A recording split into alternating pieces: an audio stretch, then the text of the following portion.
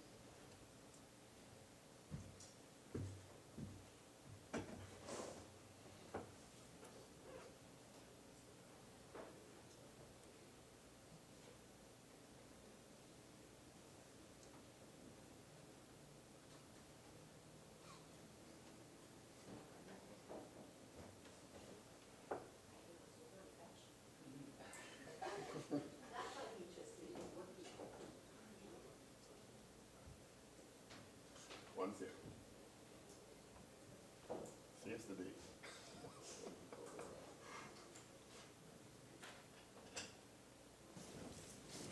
Senator Dookie.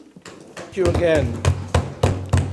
So, Madam President, before the break, I was responding to the accusation levied against the PNM that we lack vision, and I reminded the country about the People's Charter in 1956, and I began to share some information regarding the party's next, at the time, vision for Trinidad and Tobago, which was a Chaguaramas Declaration, which basically sought to bring about a restructuring of the country by promoting social change.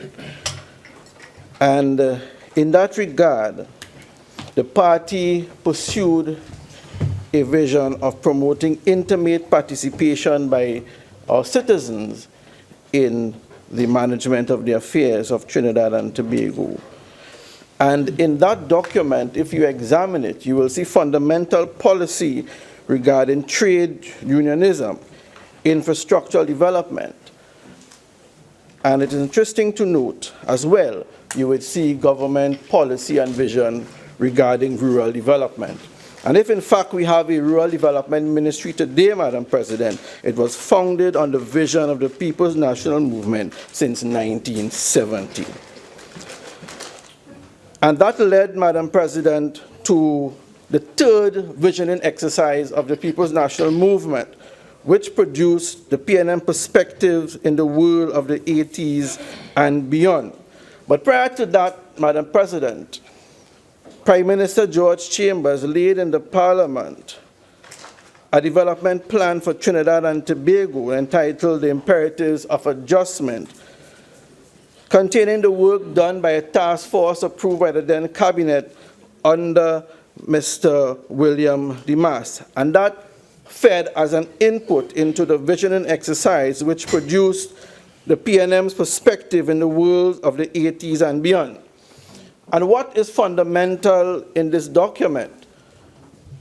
There was a fundamental statement of fact, which reads, by the 1970s, the PNM had achieved most of its principal goals that it had set itself. And those achievements, if you peruse the document, would include internal self-government, integration, because at the time there was the Caribbean Free Trade Association, It will also identify the successes of the then administration in education, housing, and social development.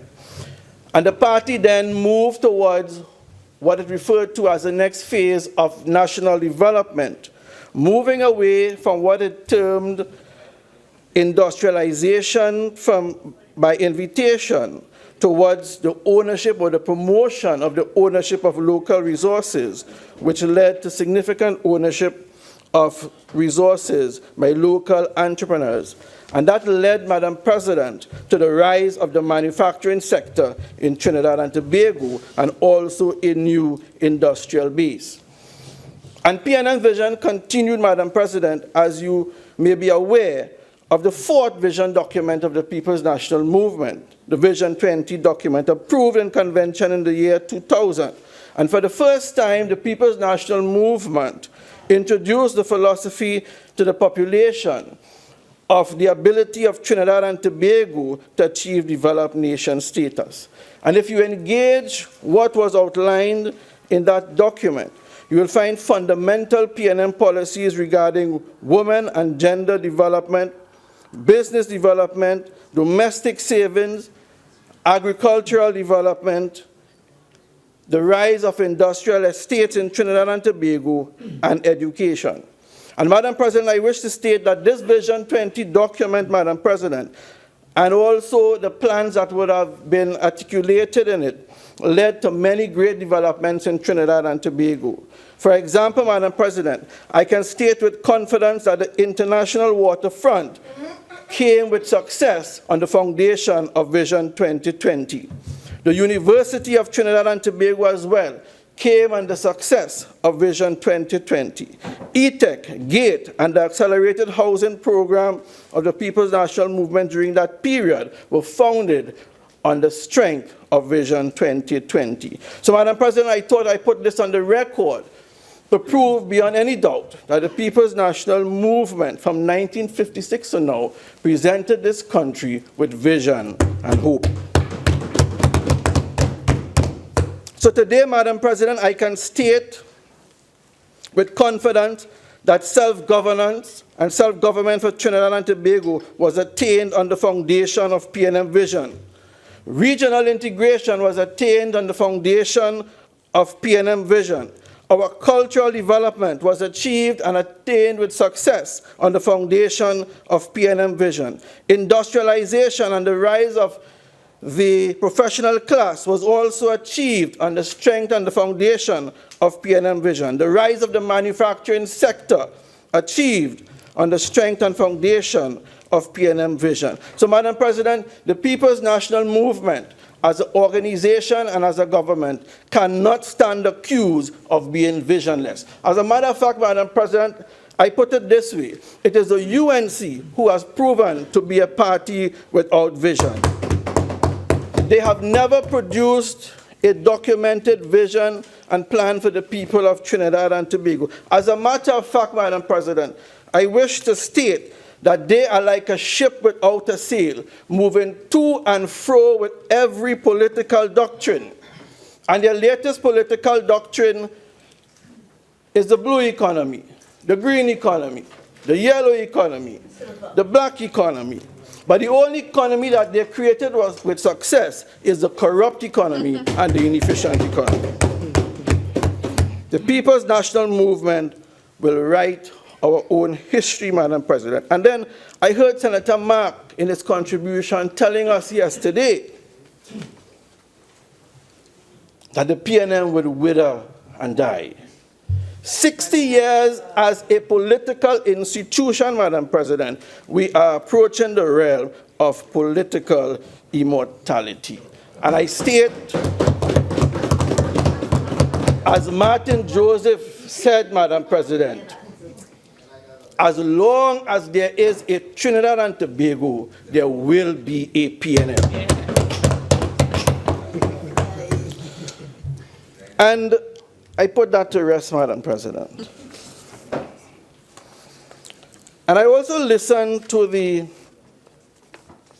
attacks on government regarding its attempt, with great success I would put it, on restructuring and simplifying the VAT regime, and also attacking our initiatives regarding tax. I heard the comment, tax, tax, tax. But I wonder, and the question I ask myself, what would have been the UNC's proposal to deal with the fiscal deficit? And I'd like to remind us and remind the country that the UNC told this country how they would deal with the fiscal deficit and the fiscal challenges facing our country.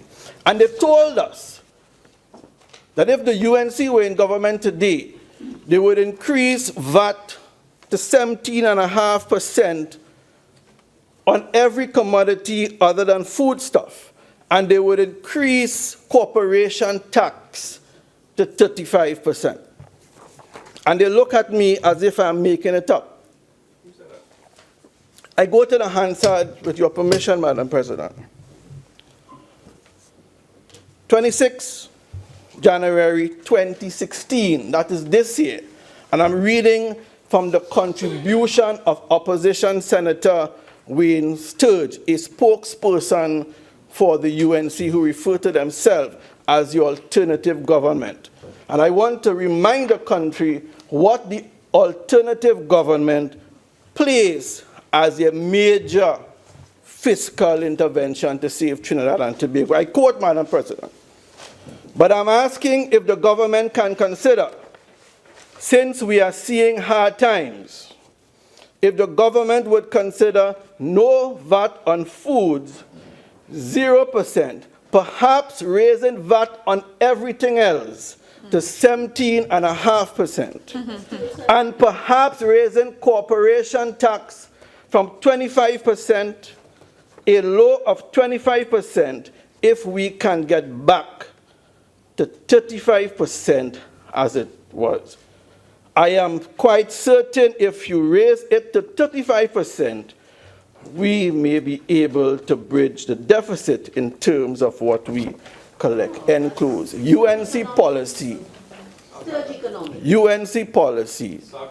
And today, they want to attack this government for bringing about simplicity in our VAT regime and taxation structure, Madam President. I remind the country, you see, sometimes they don't know what to say. And sometimes the truth comes out. And that would have been an administration that would have taxed. Evidence is clear. I put this to rest at this time.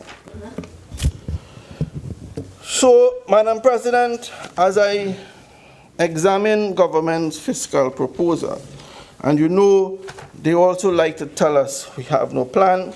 And I will attempt over the next few minutes to put aspects of the budget into the context of the planning process. And let me state that the foundation of a plan lies in your vision. And of course, Vision 2030 would be soon introduced to Trinidad and Tobago.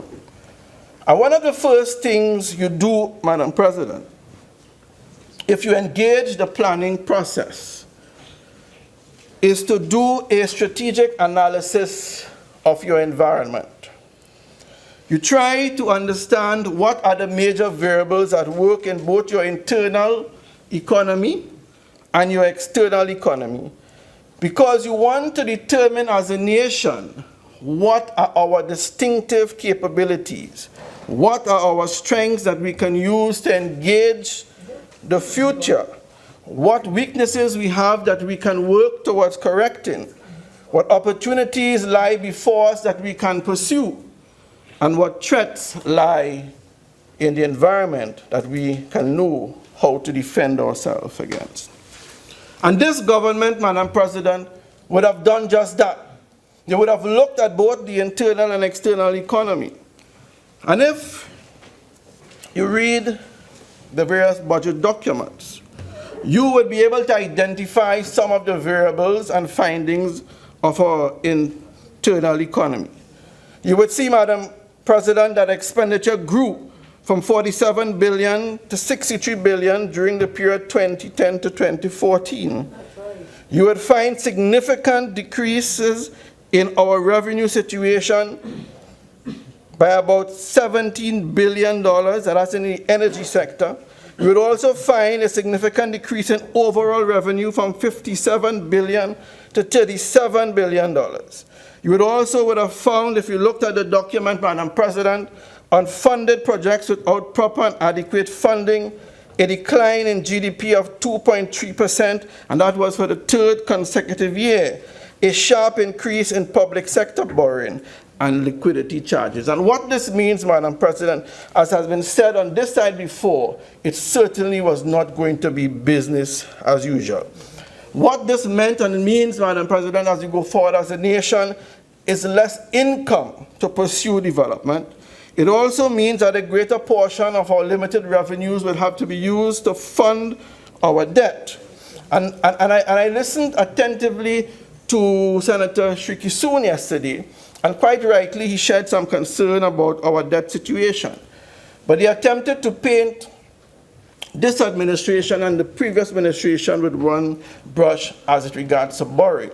But there's a fundamental difference I would like to point out, Madam President. And the difference is this. In the last administration, they were borrowing at a period when the country was enjoying record levels of revenue.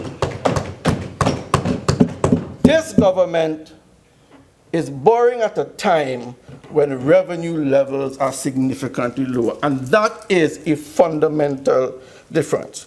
But nonetheless, Madam President, those are some of the findings of the internal economy.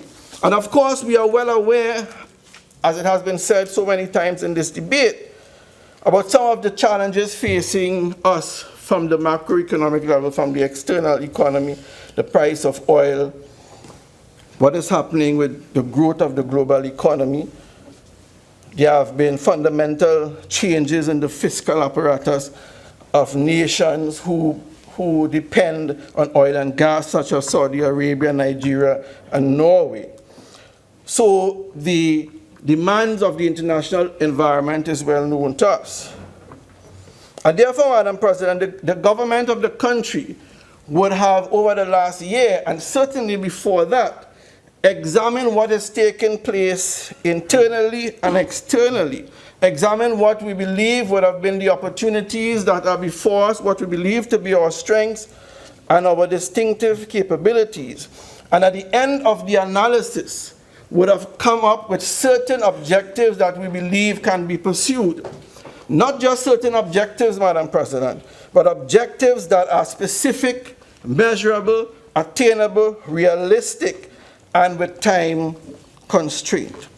And the budget presentation by the Honorable Minister of Finance identified some, and I would just like to repeat it, as I set this as the foundation to move towards presenting government strategic initiatives to achieve our objectives.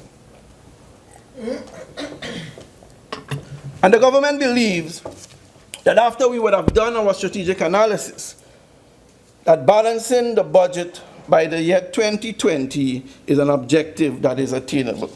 The government also would have identified limiting public sector debt to no more than 65% of GDP as an objective, economic growth of 1% in 2017, moving towards 2% by the year 2020, growing our non-energy revenues to about $8 billion by the year 2020, and growing our total revenue from $257 billion by the year 2020. So these are some of the specific, measurable, attainable objectives that the government of Trinidad and Tobago is pursuing and believe that we can achieve. But the next question that we have to ask ourselves, Madam President, as we engage developing Trinidad and Tobago, what can be done to achieve these objectives? In other words, Madam President, what would be our strategic options facing us as we move towards achieving these fiscal objectives? And the government of Trinidad and Tobago would have identified a number of measures, but I will limit my contribution in this regard to some measures regarding revenue management and expenditure management, a specific strategic initiative geared towards achieving the fiscal goals that the country would have set itself through the very distinguished Minister of Finance. So revenue management is a strategic approach being pursued by the government to take us towards the attainment of our goals. And the government would have identified that there are certain challenges regarding the issue of revenue management and tax administration in Trinidad and Tobago. And the government believed that we can address the shortcomings by focusing on what we would have identified as some of the challenges facing tax administration, such as staffing, such as skill development, such as legal issues, such as cultural issues, because if you examine our country, you will realize that we have a relatively large informal economy. And you will realize that there is a high level of avoidance. And what the government intends to do is to promote participation, simplifying our tax administration procedures, building trust, and creating a system that is fair and equitable, that we believe would lead to voluntary participation in our tax administration system. And building trust, participation, and ensuring that we have a fair and equitable system have all been proven to bring about effectiveness in tax management system. And what is the expectation? What is the outcome, Madam President? Is closing the tax gap. That is reducing the amount from what the government actually collects and what the government should be collecting. In terms of revenue generation management, the government also would have identified in its budget presentation the intention to promote trade and export. And the very distinguished Minister of Trade and Industry would have spoken a lot, distinguished Minister of Trade and Industry would have spoken a lot about government's intention in this regard. And she would have highlighted the agreement with Panama regarding the partial scope agreement, and I will not get too much into that, except to say that there are significant opportunities in Panama, the number of sectors, including agriculture, tourism, food, and drink. But what I want to point out, as I commend the government for pursuing this initiative, is that the opportunity is certainly ripe to pursue now. Because if you examine the economy of Panama, you will note that they have a growing middle class, and that represents demand. If you also look at the economy, you will find that between 60 to 80% of the population enjoys a satisfactory and comfortable standard of living, which means disposable income, which means the opportunity to export. So I want to compliment the government in pursuing this initiative, and it is an initiative that we believe will bring revenue to Trinidad and Tobago. And also,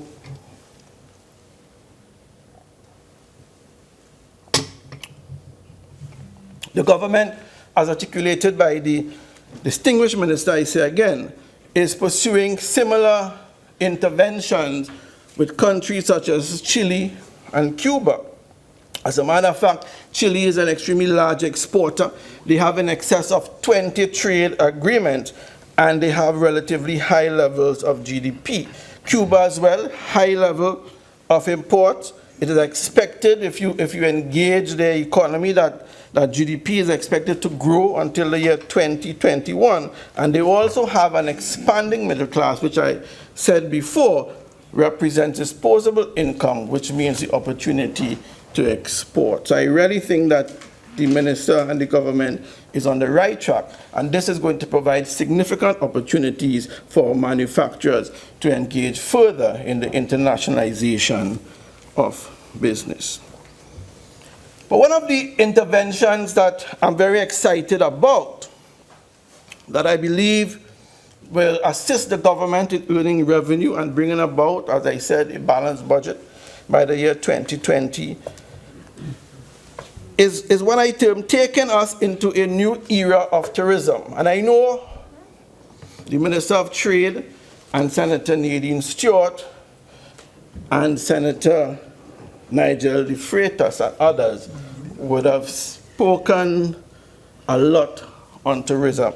But I just want to point out a few things in this regard, because I'm very excited about this, as I believe this is going to bring fundamental benefit to Trinidad and Tobago.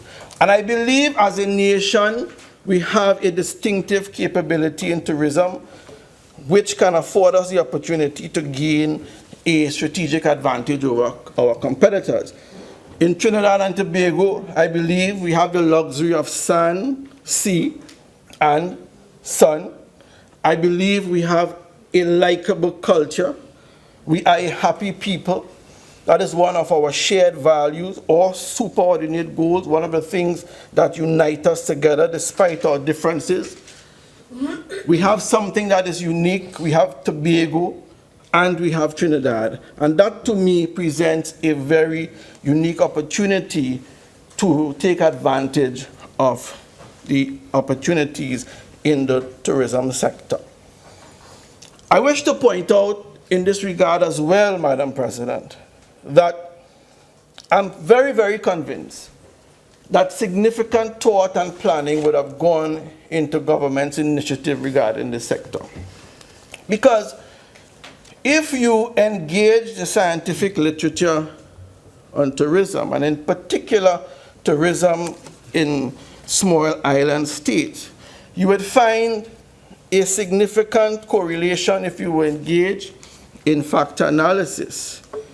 A high level of correlation between brand name hotels and airlines. And therefore, it is telling me, Madam President, that the approach to bring a brand name hotel in Tobago is founded on scientific study. And what these two variables do together, if you examine again the literature, it will tell you that brand name hotels brings the airlines, and the airline brings the passenger.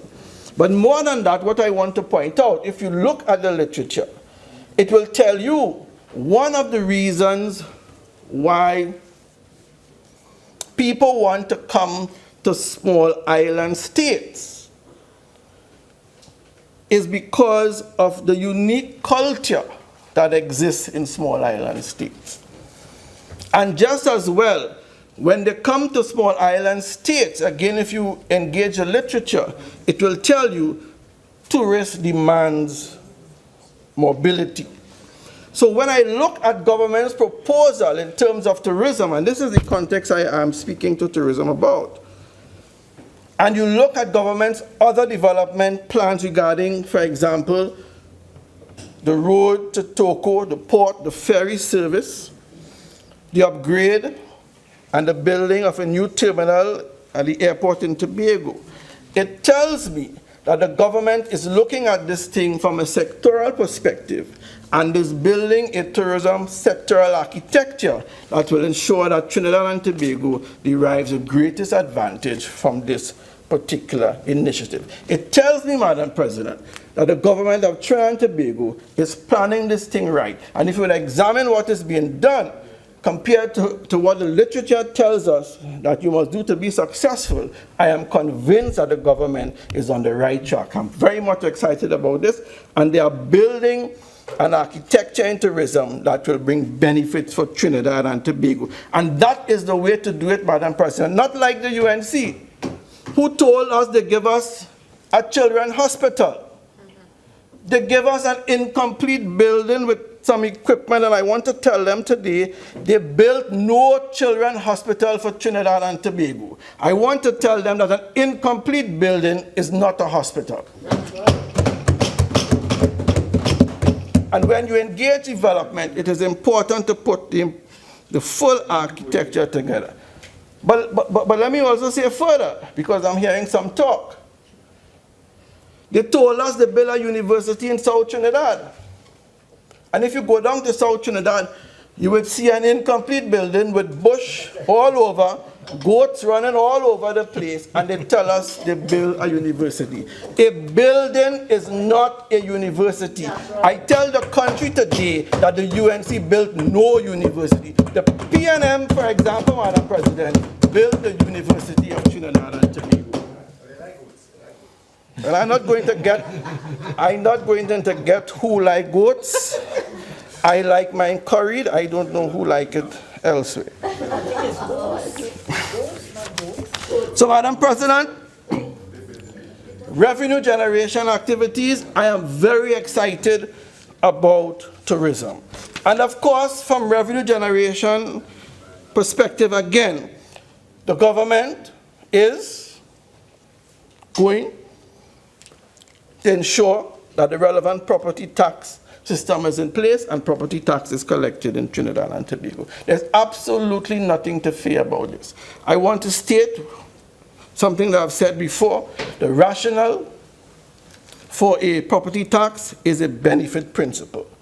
And we ought not to rob our local government bodies with the opportunity to earn income by instituting property tax. And I would also like to point out something that I believe is important for our citizens to know. As I said, property tax operates on a benefit principle. And the monies derived from property taxes are used to provide services for the citizens.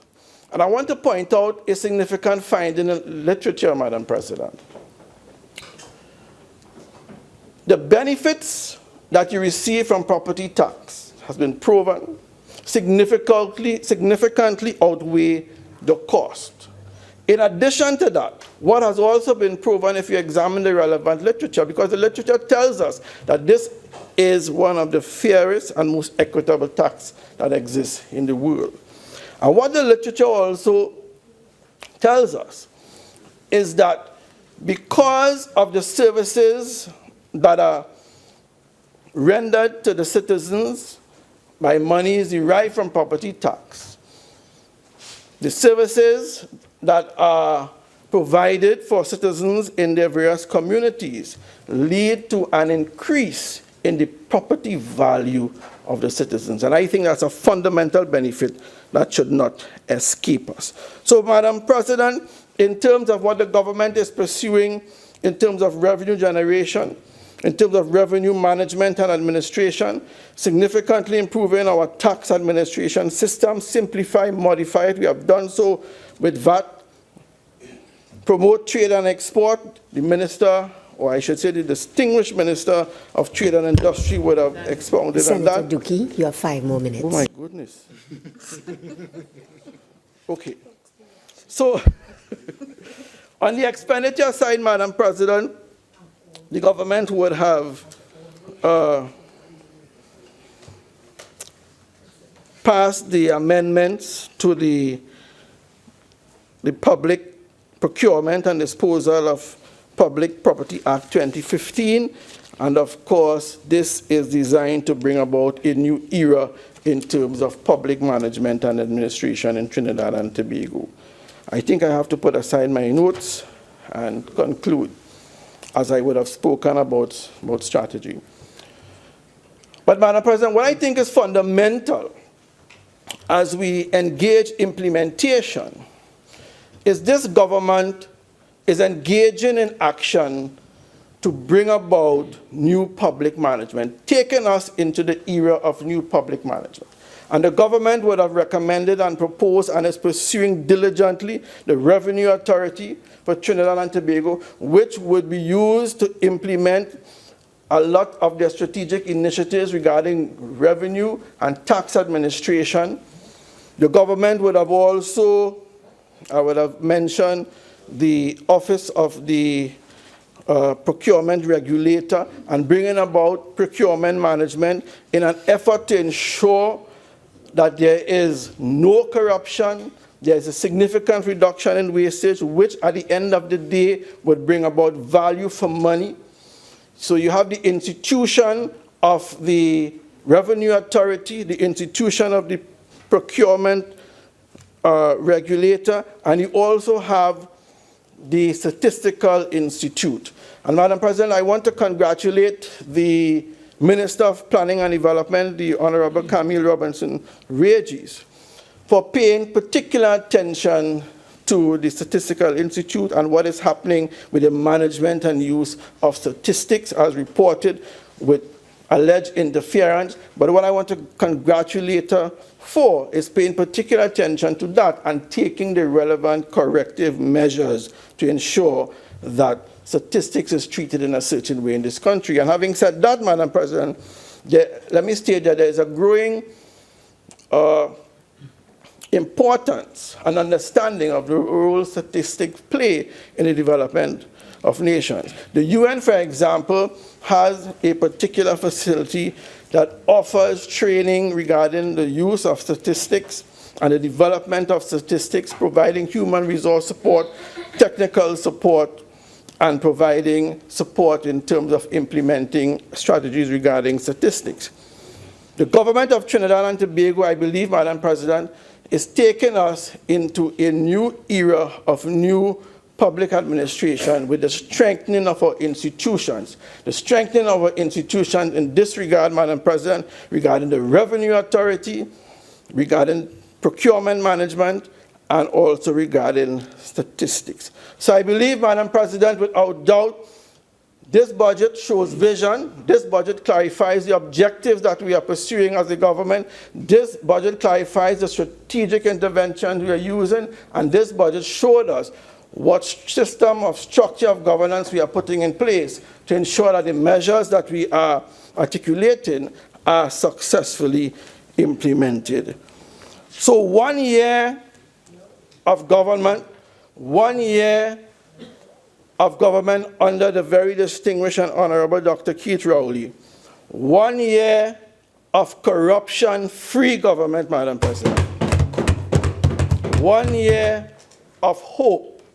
1 year of high expectations, and I believe, Madam President, many, many more years of PNM leadership and blessings to Trinidad and Tobago. I thank you. Leader of Government Business. Thank you very much, Madam President. As per usual, it is an honor and a privilege to join this debate on an act to provide for the service of Trinidad and Tobago for the financial year ending 30th day of September 2017. Madam President, it is just over 1 year that this PNM administration came into office. We took office on around September the 7th, just 1 month before our budget is due. You recall when the government term ended in May of 2015, we begged and we beseeched the UNC administration to call the election in time so in the event that a new government comes into power, they will have ample time to study the numerics and prepare a proper budget for the people of Trinidad and Tobago. They did not do that. They carried us down to the wire. 3 months after May, on to almost September 7 was the last possible Monday the election could have been kept, just in order to stymie a new administration position to prepare a sensible budget for Trinidad and Tobago. Having said that, we prepared a budget within 1 month of taking office.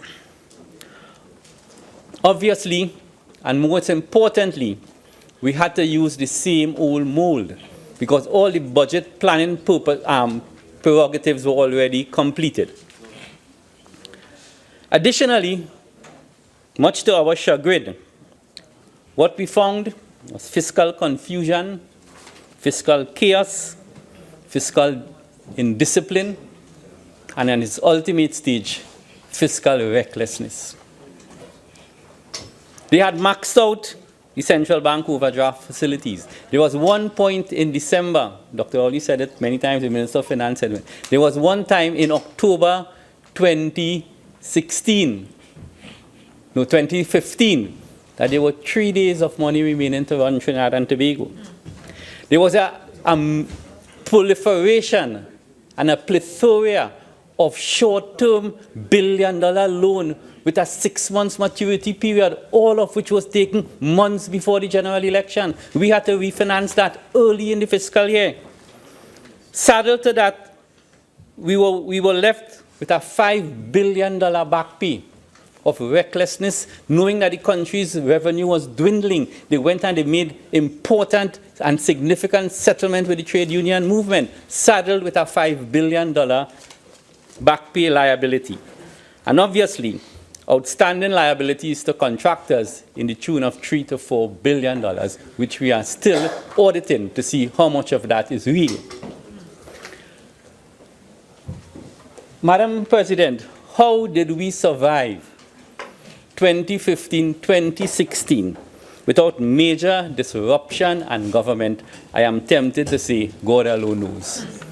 But I know we survived because of prudent and structured fiscal management, ably led by our Honorable Minister of Finance, Minister Coppin.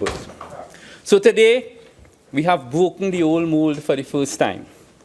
We have created a new mold, one that is distinctly branded with P&M policies and vision.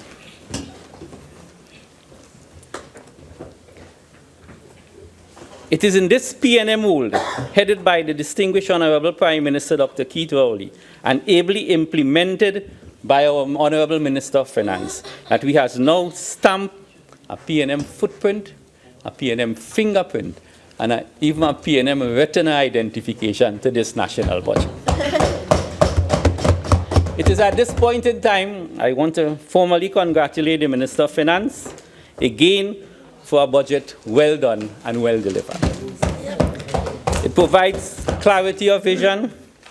It provides a focused agenda with clear deliverables. And most importantly, and let me say that again, most importantly, it provides a roadmap to bring back this economy to growth and sustainability, and once and for all, with the ultimate aim by 2020 to stop deficit budgeting. I appeal to Senator Shriki soon.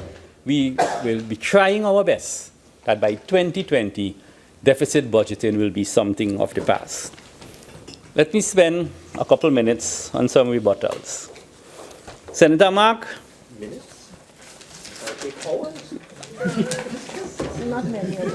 indicated the budget makes the rich richer and the poor poorer. That is just jargon.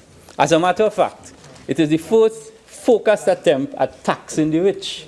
Yes. $1 million and more in disposable income, either per person or per company, will now subject to a 30% tax bracket for income over $1 million. Totally. Senator Mark went on to say that we spent $60 billion last year. He said that. All of them will say that, you know. We dropped the expenditure by $11 billion. That's right. We actually spent only $52 billion. All of them will say that. And then one final piece of clarity to him, when he was speaking about TSTT and Liberty Global owning the 49% shares of TSTT. Liberty Global could sell the shares to who they want. Private. They are a private company. What does the government have to do there? Government has 51% shares in TSTT. That is our business. Whosoever the minority partner wants to sell it equity to, it's free game. It's an open market economy. We have absolutely nothing to that. But to say now there's a sinister plot to set up Ansa Makal and somebody else to buy global equity shares, and then we now, Nell, will sell them 2% to come to 51 to take over TSTT. You know, that That is wishful thinking. That was their plan, which I stopped. Okay, so I will spend no more time on Senator Mark. Senator Danisha Mahabir. He said what his 25th budget presentation. And I always expect this scholastic and scholarly discourse on macroeconomic and macroeconomic policy. He switched his paradigm this time, and I want to compliment him for that. Because you cannot be the same way all the time. He took a new approach. He made a genuine effort to build a case for the poor and the underprivileged, which is something we will take very seriously. And some of the issues that he raised, we will consider it seriously. And I think his approach is extremely commendable in this budget. Senator Shrikithun,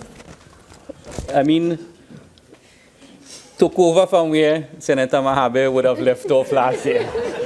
All right? And he did, in fact, present a scholarly overview of macroeconomics. I just want to say that I totally support, and I will bring it up with the Minister of Education, hopefully, that your concept on gate of income per household per registered child at university is a valid concept. Because you may find yourself with somebody earning over $10,000, but they have 3 children in university. And that is a point that has been well taken. Senator Ramkissoon raised a lot of points. Just for a point of clarity, the state enterprise investment program for the year does not come from the consolidated fund. That is not part of the budget presentation. It is just provided there for additional information for all us things. But we do not have direct control of Petrotrin funds or NGC funds, as the case may be. And you raised some issues on NITCO and the Point Fortin Highway contract. I do not have enough time to spend on that, but that contract will be started very shortly during this fiscal year. There have been some legal issues which we are sorting out, and the contract will be broken up into smaller components, and local contractors will be invited to bid.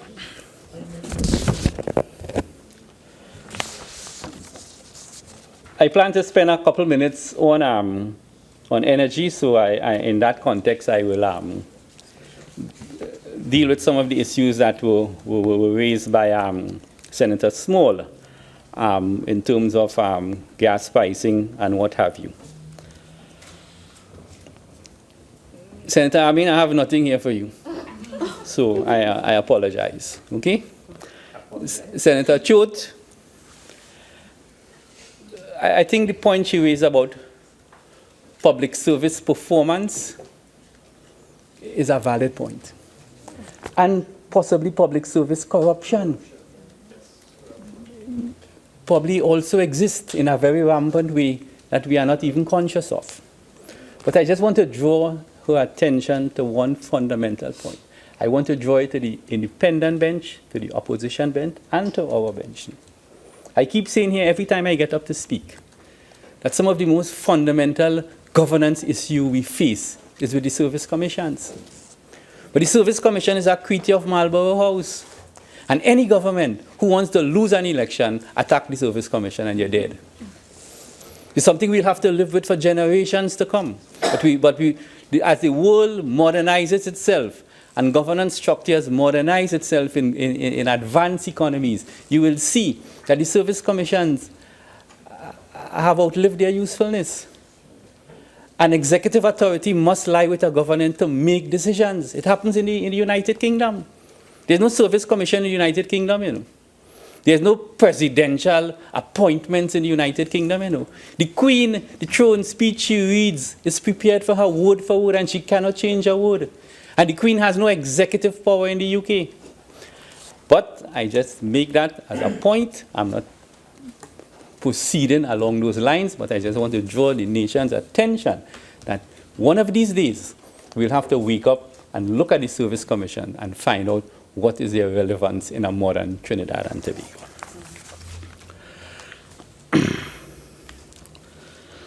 Madam President, we are faced with some cold, hard facts. Energy revenue has dropped from $19.3 billion in 2014 to $1.6 billion in 2016, a 92% decline. Total revenue has dropped from $57 billion to $37 billion, a 35% decline.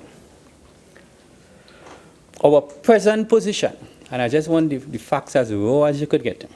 Our present position in the 2017 budget statement is total revenue 47.4 billion. Total expenditure 53.4 billion, which gives us a deficit of 6 billion. But it's not that. Core revenue, which is sustainable revenue, is down to $37.0 billion. We are making up at 10% of the deficit from the one-off sales of assets. Senator Shriki is right. That's not a comfortable position to be in. Okay? And the reason for that is that we were hit by a perfect storm. A perfect storm of reduced energy prices, a perfect storm of declining production, both in gas and in oil. The gas curtailment is now 1 BCF, right? 1 billion cubic feet of gas per day. August production in oil was a mere 66,000 barrels a day. The Minister of Finance told me that is the lowest in 60 years. Good. I remember the time I was working after A-levels as a employee of what was then Amoco at Galiota Point. Being from Mayaro, it was easy to get a job then after A-levels. They had just found Puitik and Saman. That was 77, 78.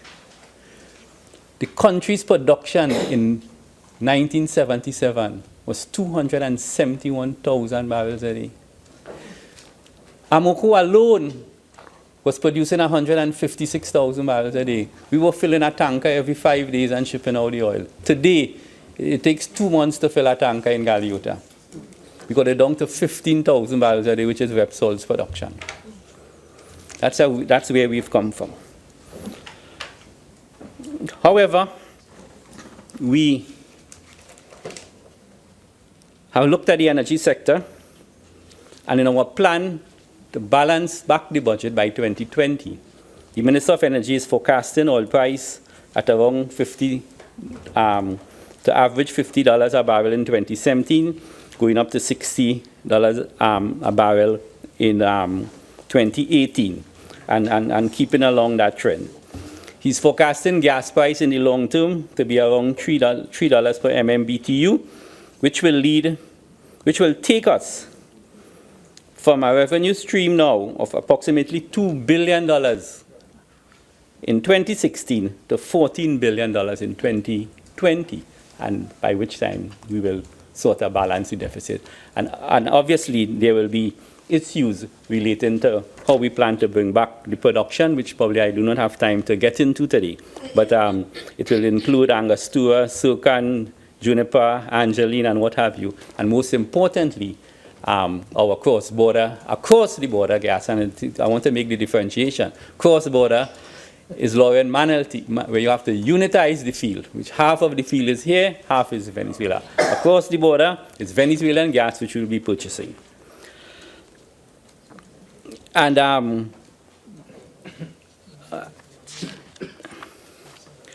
just in terms of the revenue stream, I just want to give Senator Small the assurance, and the Minister of Finance has already given the assurance in that regard, that we are going to deal frontally with the issue of transfer pricing. I know that is your pet peeve. And I know every time you come here, you speak about the revenue leakage that is coming out of Atlantic LNG. We plan to deal with this frontally for the first time this year, and his boys at the IMF is advising him on that matter. And girls. Don't forget the girls. Yeah. I'm available to you. At what price? Just very quickly, we will also be diversifying the economy, which was amply dealt with by the Honorable Paula Gopi-Schoon, Senator and Minister of Trade and Industry, manufacturing, service, tourism, maritime, oil service sector. But I just want to go back to one topic, because I really feel hurt when I think about it. Everybody is saying now that no new revenue stream was created in the last decade. But we were creating one, aluminum. Yes. And everybody in this country jumped on a bandwagon with Anil robots. And ill-informed,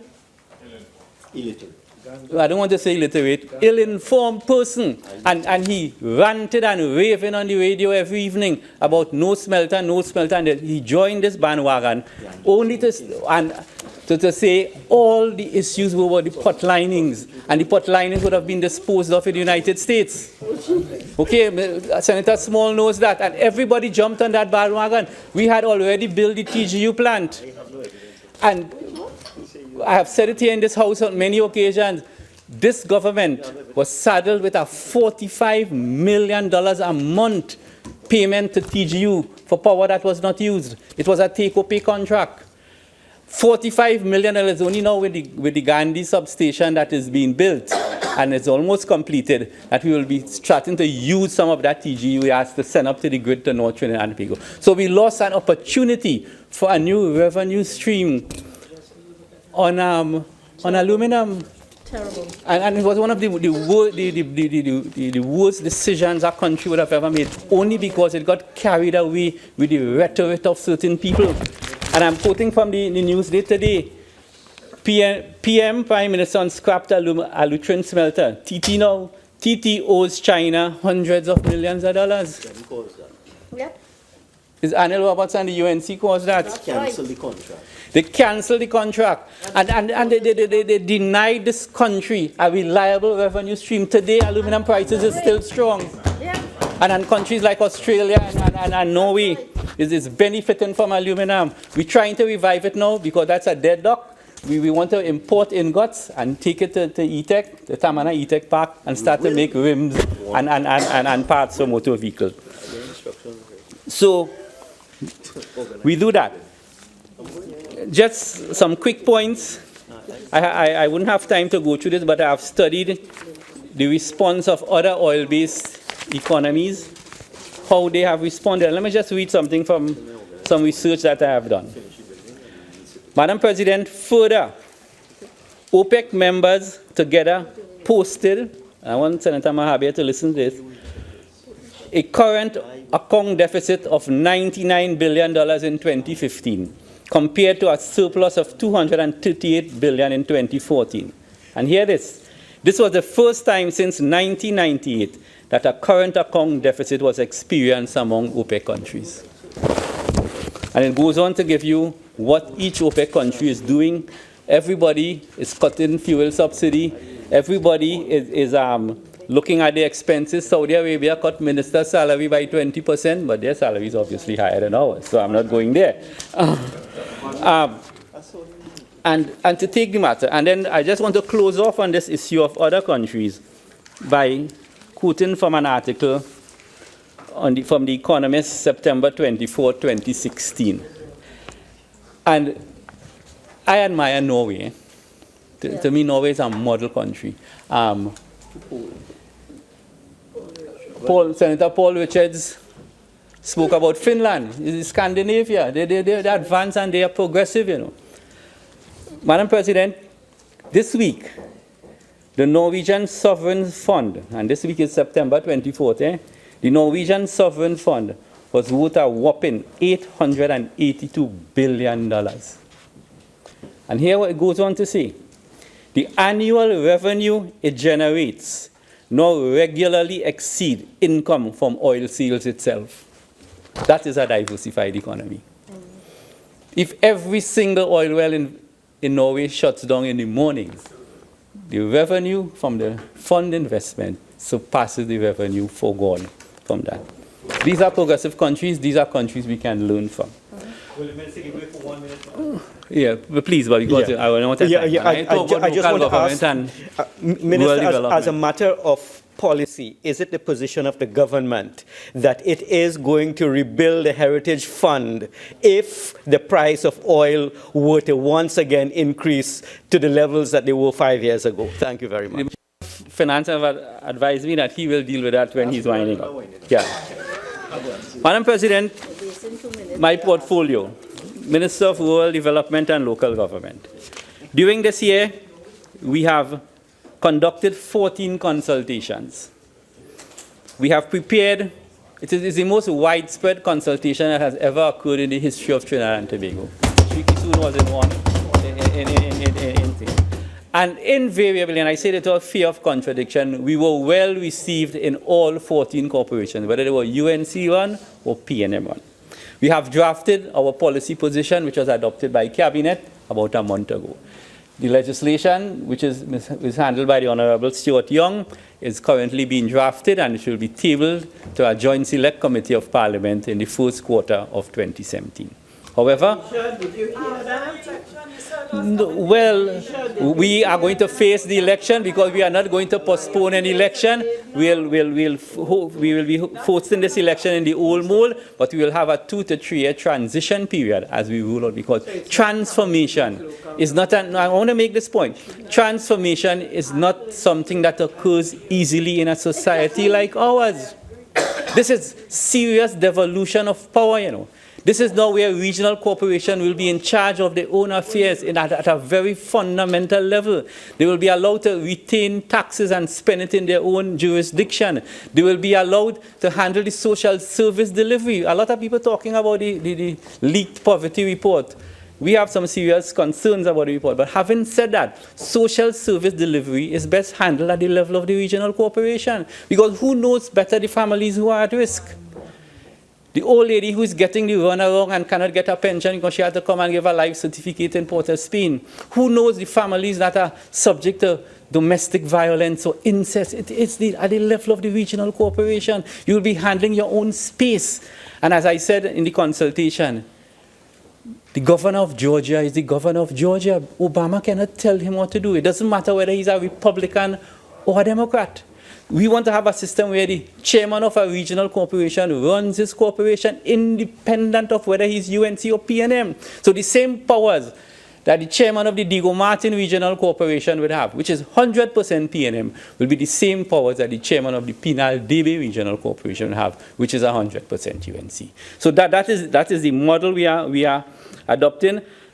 Some of the issues are, this is the report, it will be made available to the general public very shortly. Is the draft policy position on local government, where we have full-time councillors, they will have executive authority, we'll be given additional responsibility to the regional corporation to collect and retain some of the taxes in which their jurisdiction has.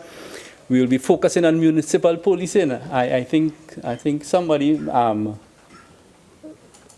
Senator Clarence Rambarat, I think, spoke about municipal policing. Cabinet has already agreed to employ 100 municipal police officers per corporation, which will increase our strength of 1,400. And what we are trying to do now is bring regionality into the policing. So, in other words, the Sandy Grande Municipal Police will be staffed largely from people from the corporation. That is what municipal policing is about. You cannot have somebody transferred from Diego Martin into Sandy Grande. It just makes no sense. The concept of municipal policing is like that, and that recruitment will take place shortly. And if you go through the budget figures in detail, you will see something like $37 million have been already allocated to that.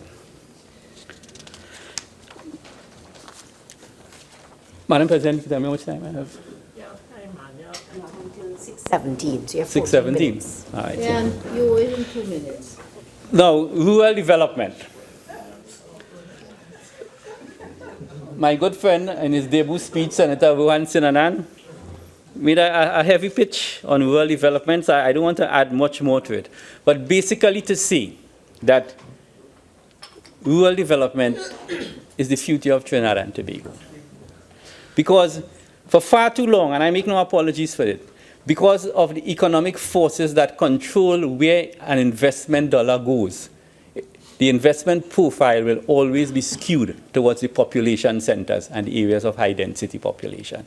It is a matter of pure economics. So if you have a road to pave, and the road, one road, same distance, has 200 people living on it, the economics will tell you value for money, bang for buck, you pave that road instead of a road with 10 residents on it. But if you apply that policy at infinitum, rural people will get nothing. So rural development must take place with direct government policy intervention. And that is why today I want to again praise Dr. Keith Rowley. Because of the PNM party, which is largely an urban party, to come up with the concept. Because everybody has accused PNM of all the southern Port of Spain and the East-West Corridor, you know. But this is the first Prime Minister that saw it fit that his first policy announcement when he became opposition leader in 2010 was in Moruga, where he told the people of Moruga as opposition leader that a new PNM administration will have a Ministry of Rural Development.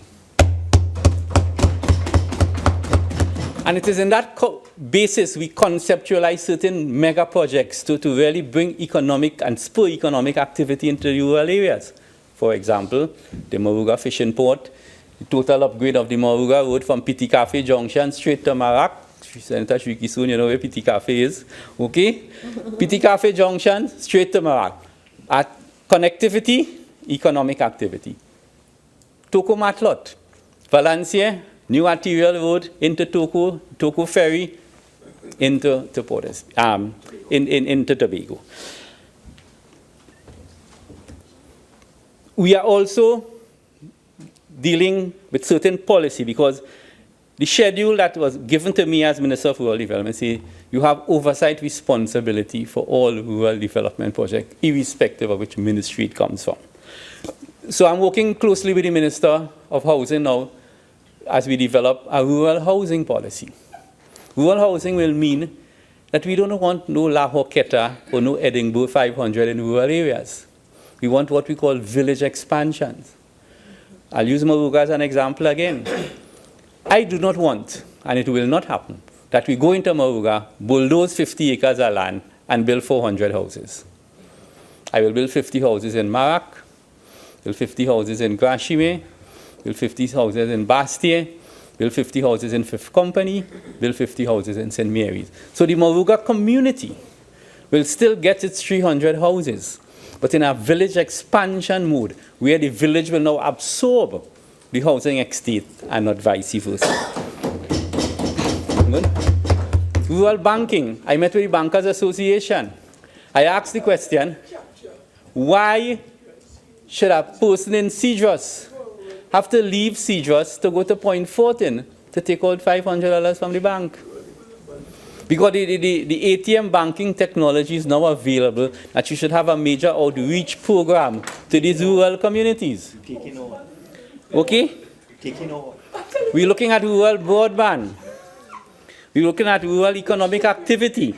Agro-processing plant. My closest ministerial colleague in terms of rural development is obviously my good friend Senator Clarence Rambara, the Minister of Agriculture, because the nexus between agriculture and rural development. Go to any United Nations report in the alleviation of poverty.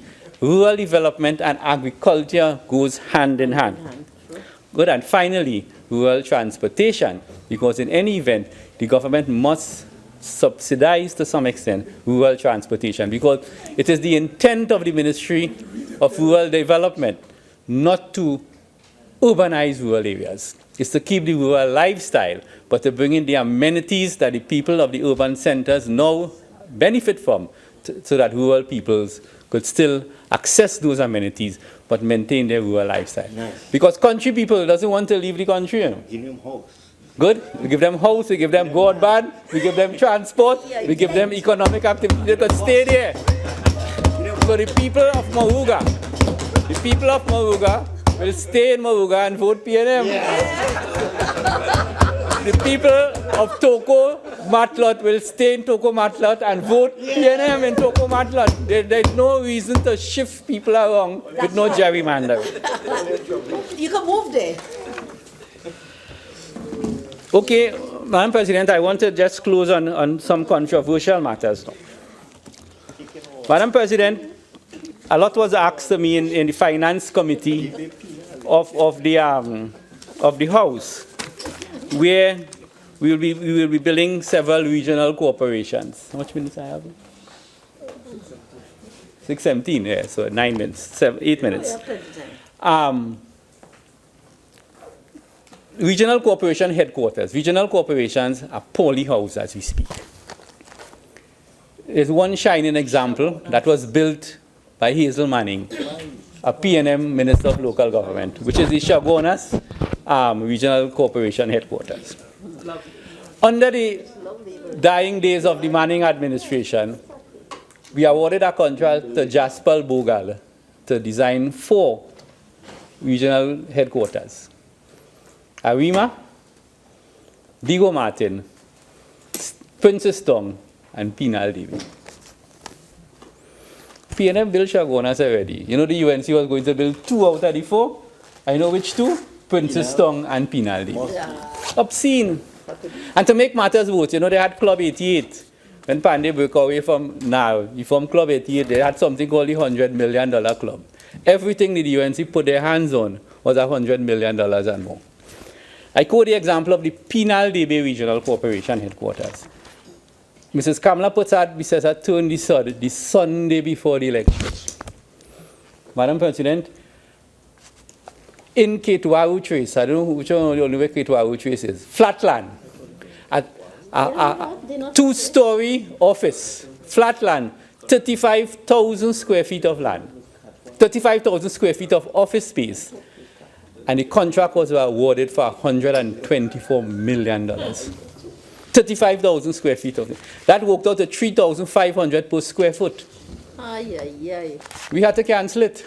And Dr. Rowley has mandated me to go back out to tender and build Penal Corporation, because we are victimizing them, you know, and build Diego Martin Corporation for the same $124 million.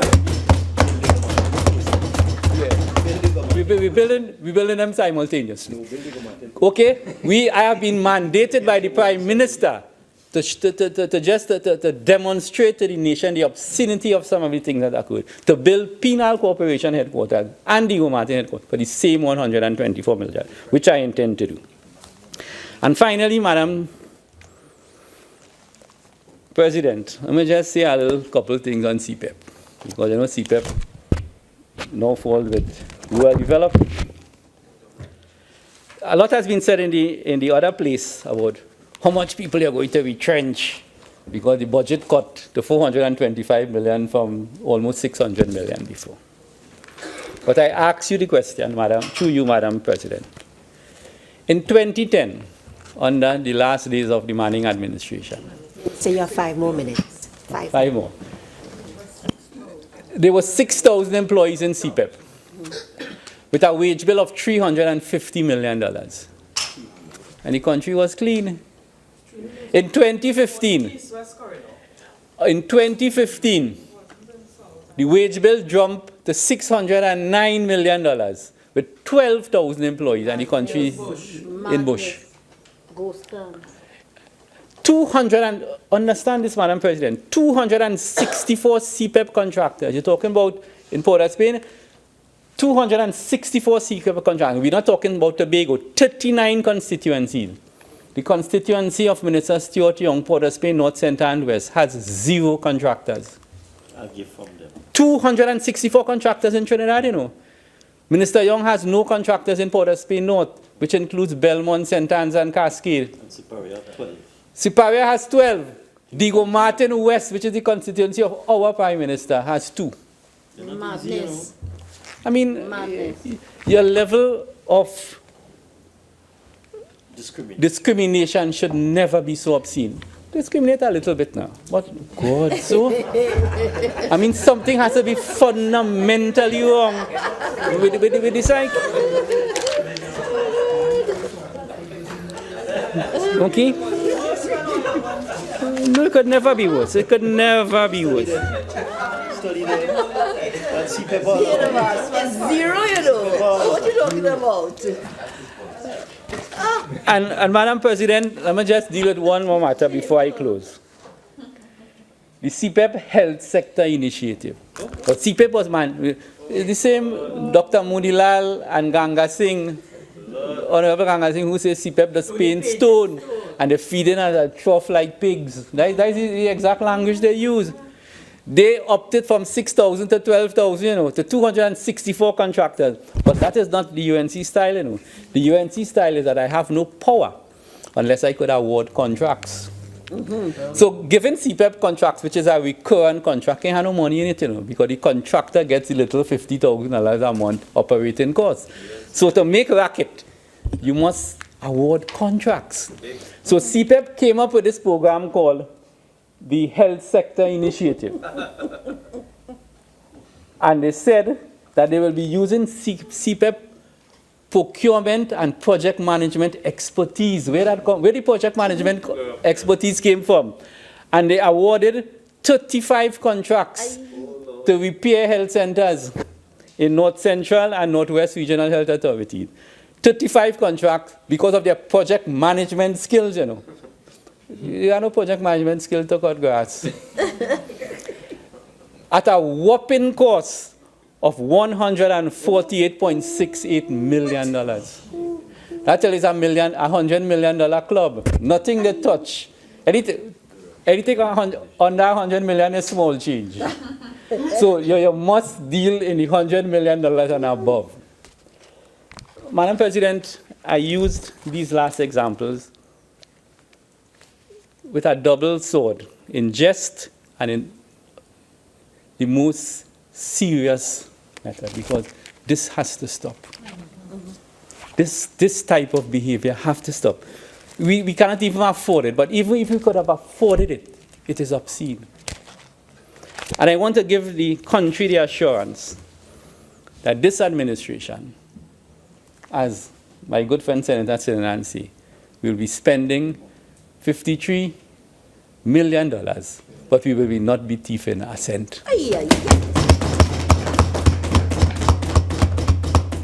And if we cut out the hemorrhaging, the waste, the inefficiency, and the corruption, this country can survive, and survive well, on $53 billion of government expenditure.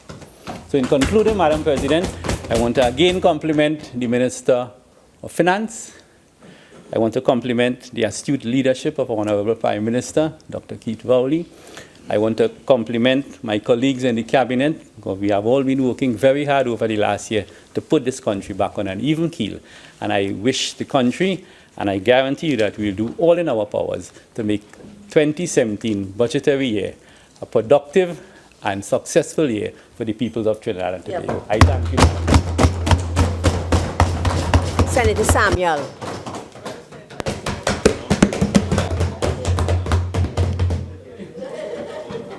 Madam President, I'm thankful that I have the opportunity to take part in this budget debate.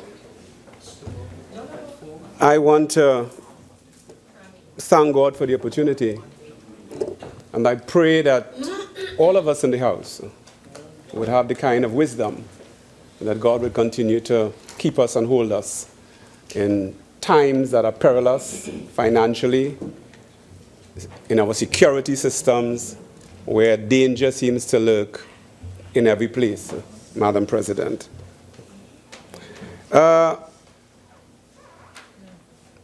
Madam President, since in high school, we would sit as young people, and in those days, listen to finance ministers like Eric Williams, Robinson, and those were like the gems of the industry then, there was the political arena. And these guys would present budgets, but we found ourselves as young men and young women in school intrigued by the presentations, but disturbed because in so many instances, the presentations never came down to the levels where the average citizen could fully grasp it. And from that era to now, Madam President, the average citizen, when it comes to budget presentations, seems only concerned about what commodities would raise or what will be reduced to their benefits, but the rest of budget presentations seems not to appeal to the average citizen. And as such, Madam President, when decisions are taken by governments, the citizens at large are quite unaware as to what is really taking place. And I believe that the time has come, Madam President, for us to look at the presentation of budgets and be clear in the fact that it must clearly define, because it is not every citizen that has a copy of the review of the economy. It's not every citizen that has all of these things. And it means that having access to it, but it being put in a language that is palatable, my honorable minister, is important.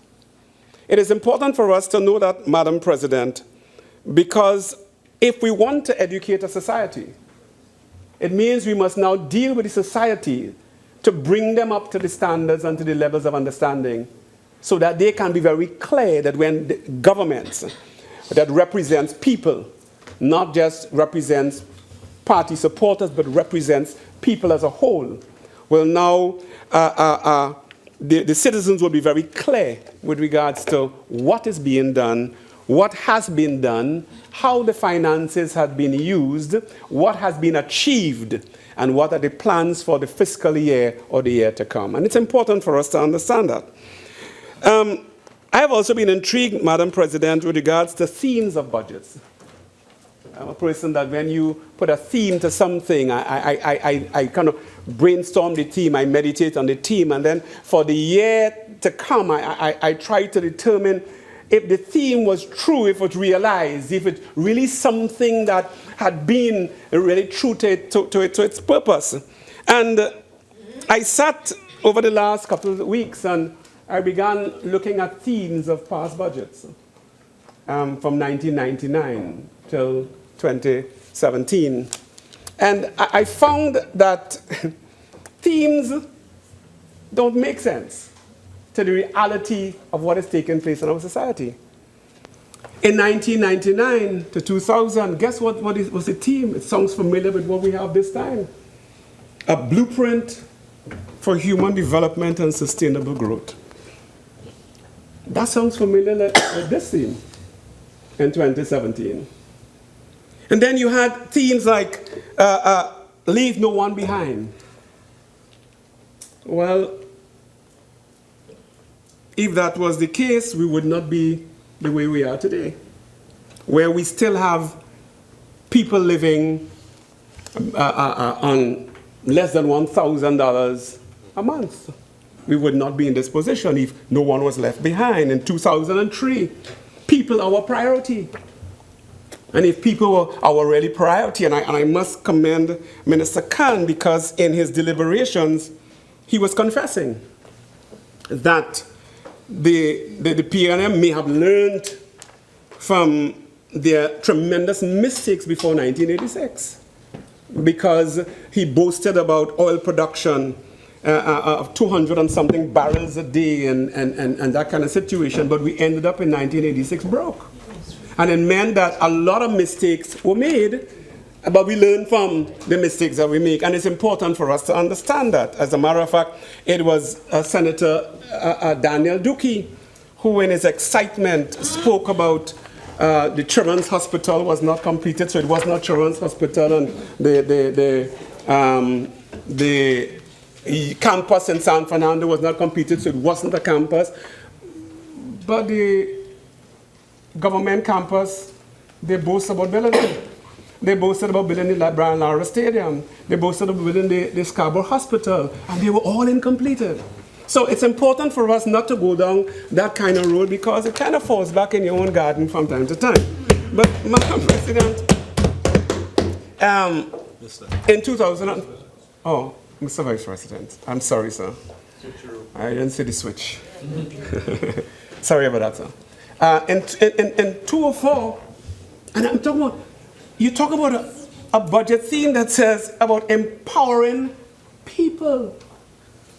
Have we ever achieved these things in life? The following year is ensuring our future survival. The following year was a future prosperity, addressing basic needs. And the other one is moving onward, determined to reach our goals. And it goes on and on and on. Now, last year was restoring confidence and rebuilding trust.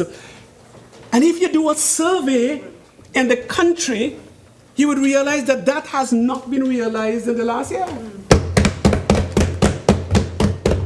So all of these themes does not make sense. As a matter of fact, the theme this year it sounds like the theme from 1999, a blueprint for transformation and growth. Madam President. Mr. Vice President. Oh, Mr. Vice President, sorry, sir.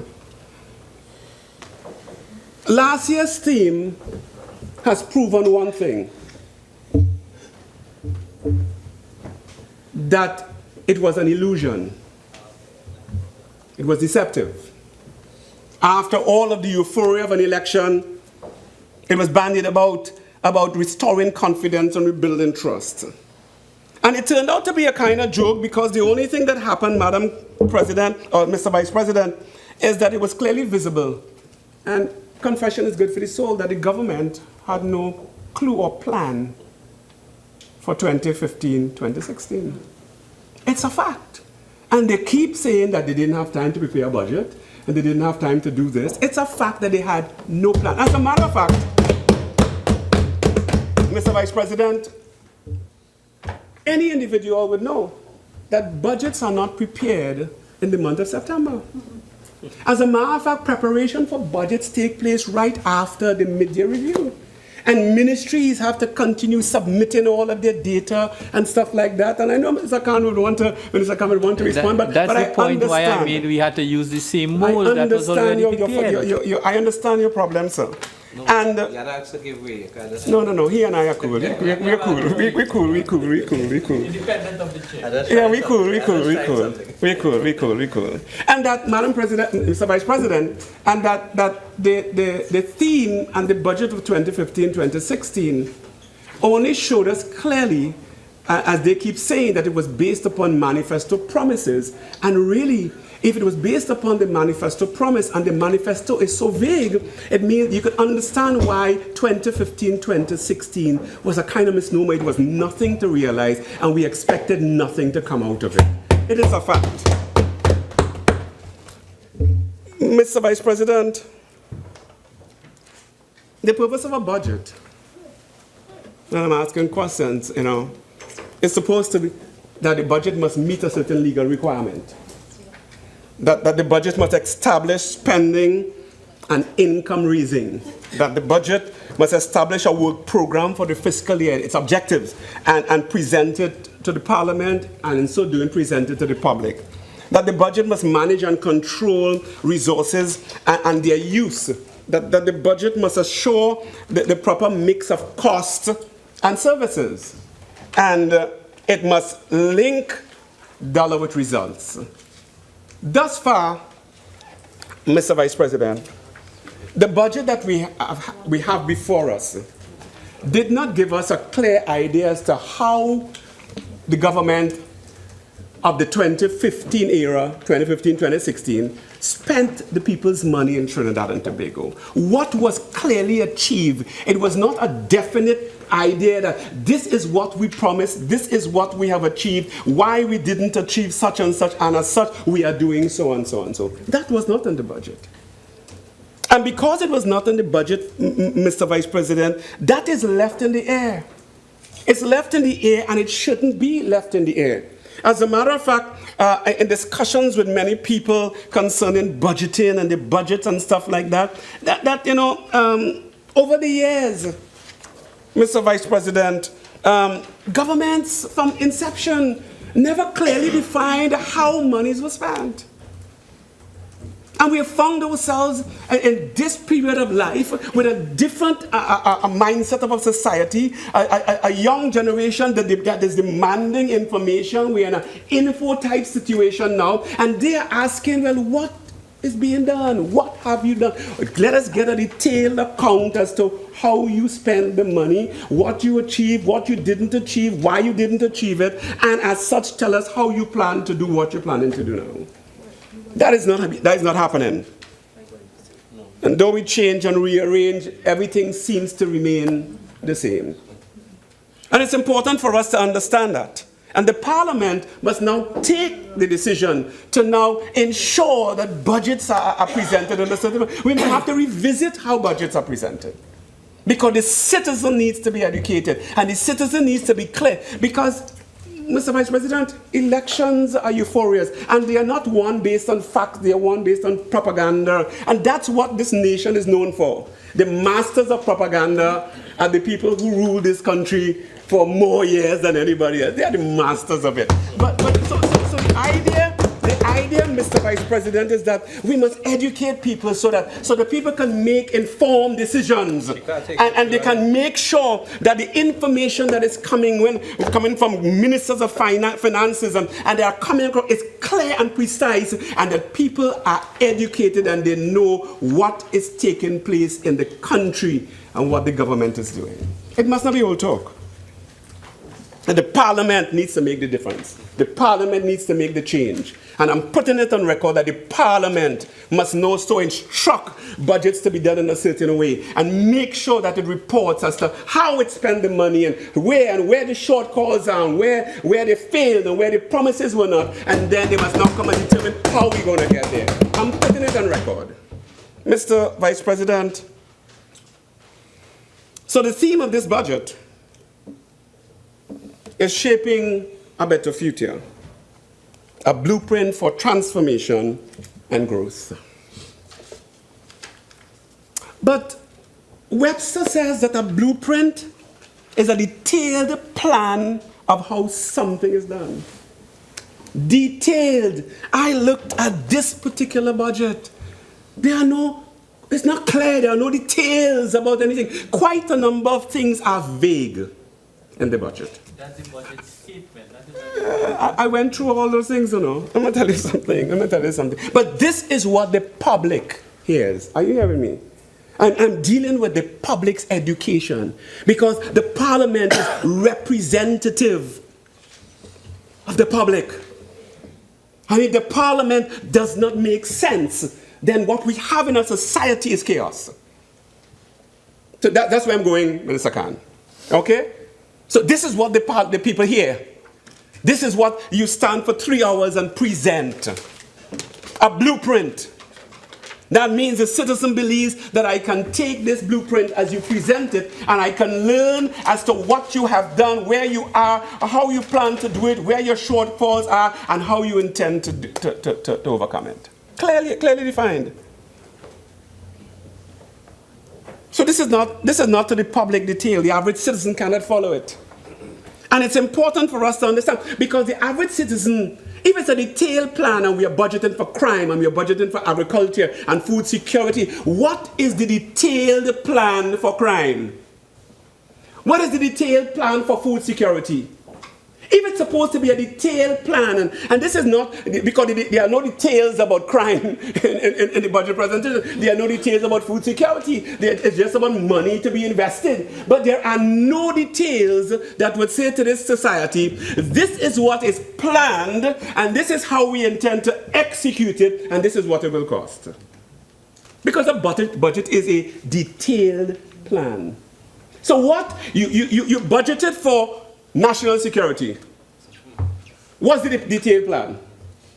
How is the country educated as to how they are going to approach the security of a society? You know what they'll tell you? That's a national security issue. How? How am I to sit home after a budget and feel safe that these people have a detailed plan? And we are spending so much $1 billion on this plan. And that I'm looking forward to this plan working. The budget is an illusion. The budget presentation is an illusion. It's an illusion to a nation that just deals with figures but no facts. That's an illusion. So we feel that people feel safe because we are spending more money. That's an illusion. There are no performances, no results, no statistics, no data. As a matter of fact, what we have found is that crime detection is at its lowest. So when you think about what's the detailed plan? None. Minister of National Security, we always stand and say, you know, we are all kind of plans, we all this, we're looking into this, and people are being slaughtered on the streets of Trinidad and Tobago. What's the detailed plan? How can I say to my children, this is what the government is doing? I need to educate my children. The government is doing such and such and planning. We have achieved such and such, nothing. But national security has the largest budget. Crime is the worst. And crime is the worst. As a matter of fact, Mr. Vice President, I was comparing Trinidad and Tobago with a population of 1.3 million people with New York City. Of 8 million something people. It's 400. Last check I had, they had 419 murders in New York City. 8 million people. In Chicago, 2.7 million people, I think it's about that, or 3 million people. They have 500 murders. We have 1.2, 1.3. And we are competing. What's the difference? What's the difference? Are we getting value for money? Because all the plans are hidden. And Senator Cho talked about we have been through Operation Anaconda, Operation this, Operation that, and those are nice fancy terms. But you know something? At the end of the day, the citizens of Trinidad and Tobago feel no safer.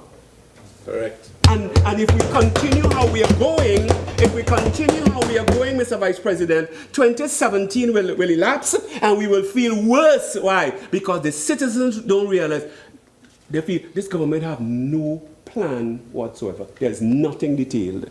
You have national security councils that sit, but the citizens is none the wiser of any plan because they say it's a national security problem. I mean, come on. And then we talk about food security, the Ministry of Food Production. Mr. Vice President, I've been looking at the review of the economy. I didn't print this. But in the last year, production and everything seems to have collapsed. It means that the government has shut down the country. Let me just read a little bit from the review of the economy. Page number 20, 75, your permission. Agriculture. I mean, food security is important. I remember being in Cuba, and Cuba has this thing where they have so many provinces, and the provinces know the population and what's the consumption rate and how much food is needed to sustain their province, and they are now channeling their farmers to produce a certain quantity, certain so that they can feed their nation. So in case of a real hard time, they can feed their people. Not in Trinidad. Listen to what happens. A contraction of 6% is forecasted for the agriculture sector in calendar 2016. Listen to how it goes again. Which is a downturn. I thought, I heard something different before. Which is a downturn from the 1.2 expansion achieved during the calendar 2015. So before, when they say there was a corrupt government doing nothing, wasting the money, agriculture expanded by 1.2. But now we have a good government who have it all and know it all and seems to be doing it right. Agriculture has contracted. Mr. Vice President. Mr. Vice President, listen to this carefully. Domestic agriculture, which is estimated to decline by 9.3% in 2016, is its worst performance since 2010. Its worst performance in the last year. Mr. I am being amused by this, you know. A contraction is also projected in distilleries, the second largest agricultural subsector, with the real value added to this subsector falling by 4.2% in a year. They've shut it down. Mr. Vice President, let me just go a little further. Let's go a little further. Domestic agriculture. Root crops.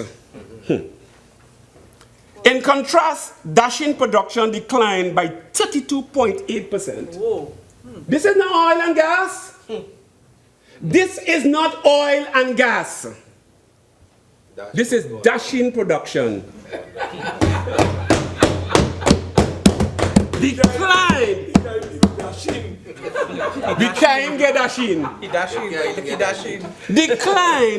Declined by 32.8%. Rice production declined by 41%. Rice. Vegetables during the first 5 months of fiscal 2016, the production performances of vegetable crops were uneven when compared to 1 year earlier. Let me continue reading. This is the review of the economy. Clarence, famine, We're talking about forecast just now. famine, not famine. Pineapple. This is not oil and gas, Senator Small. Don't confuse it with oil and gas and world situations and we're not in control of all that happens in the world and all these kind of high language and we are just a small, a little dot in the midst of all these massive oil people and what decisions they make affect us. This is people in Trinidad and Tobago planting food to try to field trash. Dashing. You bringing us from farming to famine. This is what it is. Farming to famine. Pineapple production fell Oh Lord. 12.9%. Pawpaw production decreased 36.8%. It means, Mr. Vice President, that if we have to supply to society to sustain, have food security, it means that when things fall, it has to be supplemented somehow. Or people starve. It's important for us to see this. And the minister and I, we have had much discussion.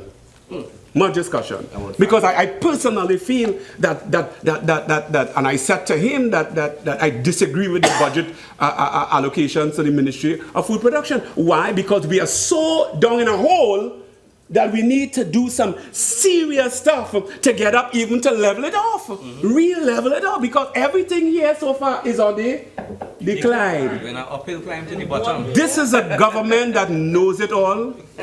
This is a government who has all the answers. They have learned from the 1980s, the oil booms. They have learned from the 2007 periods of declining sales, all kinds of stuff. And now, in 1 year, and I'm emphasizing, Mr. Vice President, in 1 year. The government has collapsed. In 1 year. Mr. Vice President, pawpaw has decreased by 36.8%. Mr. Vice President, livestock. The latest available CSO data indicates that there was a 1.8% decrease in broilers. Everything seems to be just, meat production during the first quarter of 2016. Everything seems to be just happening the moment there's a decrease in the nation, the moment September 7th hit. And the PNM got in power. Yeah, the minus touch. Minus touch. Mutton declined. Dairy and beef. The first quarter of fiscal 2016 production decreased by 9%. Pigs! I thought that would have increased, you know. I thought that would have increased. I thought that would have gone. I mean, ask for what your sweet potato. Mr. Vice President, I mean, we laugh at this, but this is serious. I thought that would have gone. Mr. Vice President. But it's not hogwash. It's not hogwash. It's real hog. It's real hog. Approximately 29,938 live pigs were sold during the first quarter of 2016, 12% below the previous year. Yeah. They harm the industry, but others too busy coming. Mr. Vice President. Avinash planting. We were having sweet potato planting for now. It is so strange. And Avinash should be studying the paved road. He ain't planting no more sweet potato. I question, Mr. Vice President, the allocations and the plan of the Ministry of Agriculture. I question it. Not only that, but the minister in his budget presentation talks about expansion of the cocoa industry and the coconut industry. and that he says the coconut industry with emphasis on production, 900 acres in the East Coast, are now being repurposed through our coconut rehabilitation and replanting program. I fortunately live in the East. And I like to check on these things. It ain't much going on, no. It's because it's 1 million they spend. Because I could tell, I mean, the minister will know why. But I have to say, you know, this does not represent the facts and the reality. It does not represent the reality. The reality is that they're in trouble. That they are struggling. The reality is that the 900 acres is not being repurposed.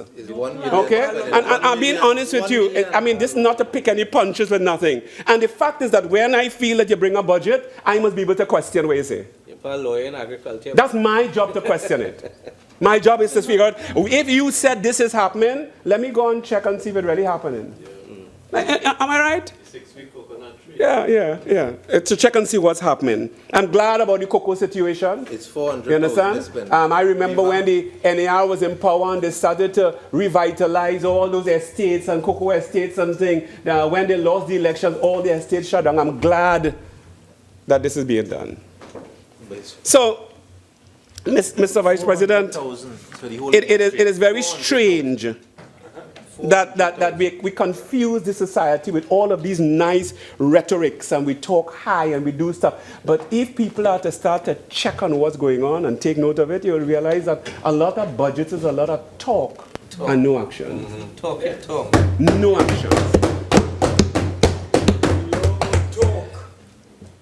Mr. Vice President, on page 11 of the budget speech,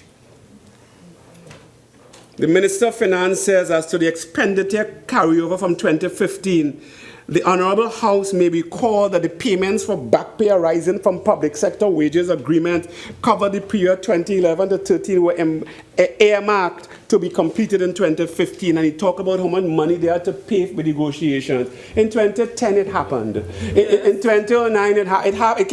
Every government finds themselves in situations where they have to be paying what other governments have done. Every government. So this is nothing strange. But we come and we elaborate and we carry on about, I'm going through the budget and I'm going through it almost page by page. Because, Mr. Vice President, it is an illusion. The purpose is to elude, to be deceptive, to make it appear to be what it's not. It's an illusion. It's an illusion. Mr. Vice President, I remember when this is page number 14 now. I remember when the minister was talking about the situation with the layoffs at ArcelorMittal and other private sectors and stuff like that. I decided I'm going to investigate what took place then and then try to figure out what was promised to those workers, the 600 and something workers plus the others that were retrenched and stuff like that. I remember the Minister of Labor, I can't remember the other part of it, but the Senator, Honorable Jennifer Baptiste Primus, had promised in the media that she's going to bring legislation to the Parliament before the end of this year. No, let me finish. That she will bring legislation to the Parliament. I am holding you to your word. I'm not talking about who didn't do and whatever before that. Okay? I'm dealing with you now. You will bring legislation before the end of this year, so that future situations that happens like the people of ArcelorMittal will not happen. I am holding the minister to her word. Mr. Khan, I am holding her to her word. So that future enterprises that shut down like ArcelorMittal, that the workers had problems, will not have to face the same thing. Come in. Okay? Mr. 5 years. Could I have a protection here from this honorable minister? Come in. No, she's honorable. Honorable members, please allow the senator to make his contribution. As much as you may want to respond to what he's saying, I'm sure we'll have an opportunity to do so. But in the meantime, allow the crosstalk to tone down. As much as it's coming from this bench, it's also coming from the opposition bench in terms of support for your colleague. It's getting a little loud as well. So let's take it down and allow the member to finish his contribution. Thank you. Thank you, Mr. Vice President. I thank you for your safeguards and your protection. Dangerous, you know. Mr. Vice President. Mr. Vice President. So really, when we look at the budget presentation to the society, what they have heard, it's really scary. Because really, there is nothing that this nation has received to stand upon. There are tenders that have already been gone out from, they were invited for the Waterfield to Manzanilla Highway. There were, no, but I want to find out what's the cost. Nothing has been presented. Not only that, what's the procurement procedure?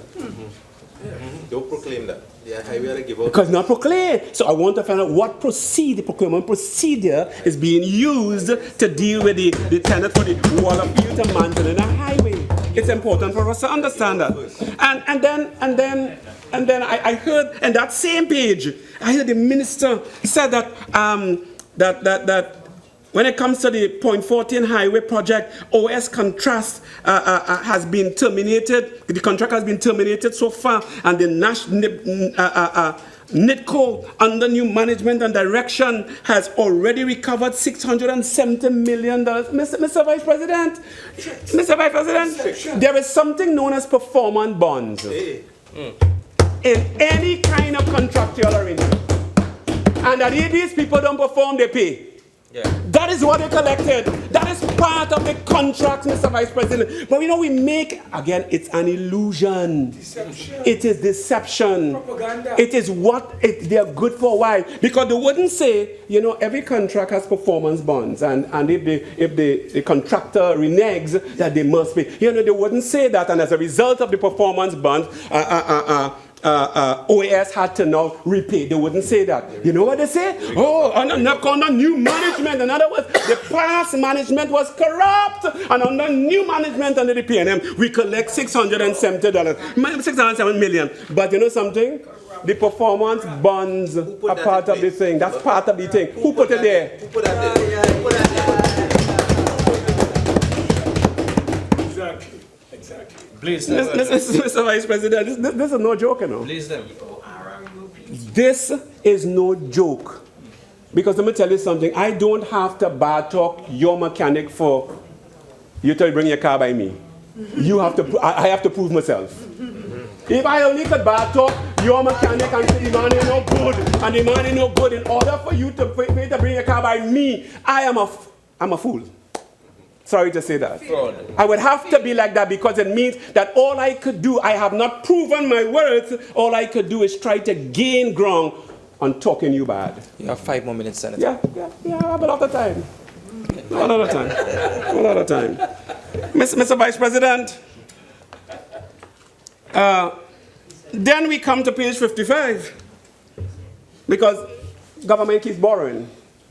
And I'm kind of concerned in a society where they say that the unemployment rate is low, yet people living below $1,000 is high. I can't balance that at all. That's kind of strange. That unemployment is low, but people living below $1,000 is high, and that says a great deal to I don't know what's going on with economics. But I remember that Mr. Vice President, the government decided that they will compete with the banks. They're going to compete with the banks, and people say, wow, because the banks are not giving us interest and stuff like that. The government decides we're going to introduce government bonds.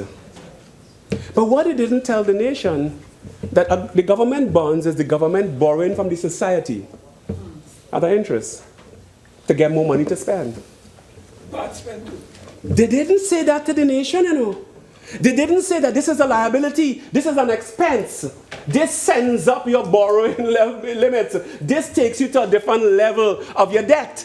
Because if you're going to sell bonds, government bonds, it means you are borrowing from the same people you're pressuring. You are borrowing from the same people who paying more tax, more VAT, they're paying VAT on more things, on the pump is everything. That's what the government plans to do. And they were borrowing US at 4.5%, but they want to give poor Trinidadians 3%. It's an illusion. They want to give citizens 3%, but they talk about when they were born at 4.5, it was oversubscribed. And I remember oversubscribed, but now they want to give you 3% over a 3-year cycle. Correct. I'm watching all of that, you know. I'm watching it, Mr. Vice President. You see, you have to clear up yourself, you know. You must clear up yourself when you speak. They must clear up themselves. This you are saying that all the time. They must clear themselves to the citizens when they speak. Mr. Khan, you understand what I'm saying? They must clear themselves when they speak, or else the citizen is none the wise. I'm bringing it up, you know. I know I have a minute again. A minute again. Mr. Vice President, so at the end of the day, we find ourselves in the dilemma. So many things that are collapsing. The services aspect of the GP is collapsing. If you look at the review of the economy, even services is down. Okay? Everything seems to be down in the last year. It meant that the government of the day has not lifted us up. What they have done have caused everything to be under decline, to be under decrease, less people buying cement, less people manufacturing stuff. If we don't look at the cause, and the cause was in the last year, you know, because every time they compare it to the previous period, the previous year, it was not so. There is a serious decline and decrease from the previous year. They need to look at themselves. They need to stop all the nonsense and all the old talk about who was there and who bill and who in bill. And they need to start to get down and decide here what's going on.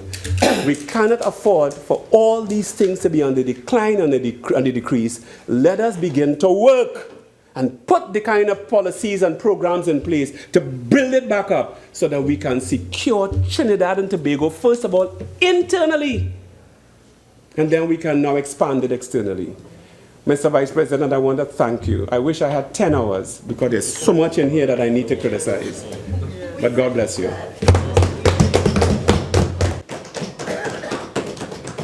Senator Coppin.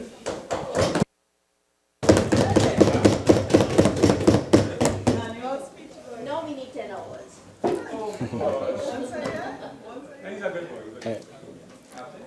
Thank you, Mr. Vice President, for the opportunity to contribute to this national conversation. Before I commence, I feel obliged to give thanks to Almighty God, the most merciful, the most beneficent. For without him, we cannot live, and without him, we cannot die. I believe it was Tom Stoppard, the British playwright, who in one of his plays speaks about mankind being passengers on a boat, being able to move very small measures, but being moved along inexorably like the wind and current into one direction. Madam President, a fatalistic existential quagmire.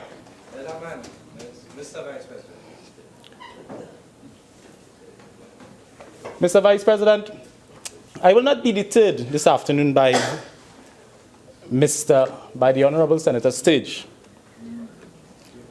I've gotten to know him in the last year, and I think at times he gets carried away with the excitement in this chamber. But today is a day for serious debate. Today is the day for Trinidad and Tobago to reflect on the expenditure, revenues, the last year, and to come up with some solutions as to how we can, in the next 5 years, project a course that the future generations will be grounded and there will be intergenerational fairness.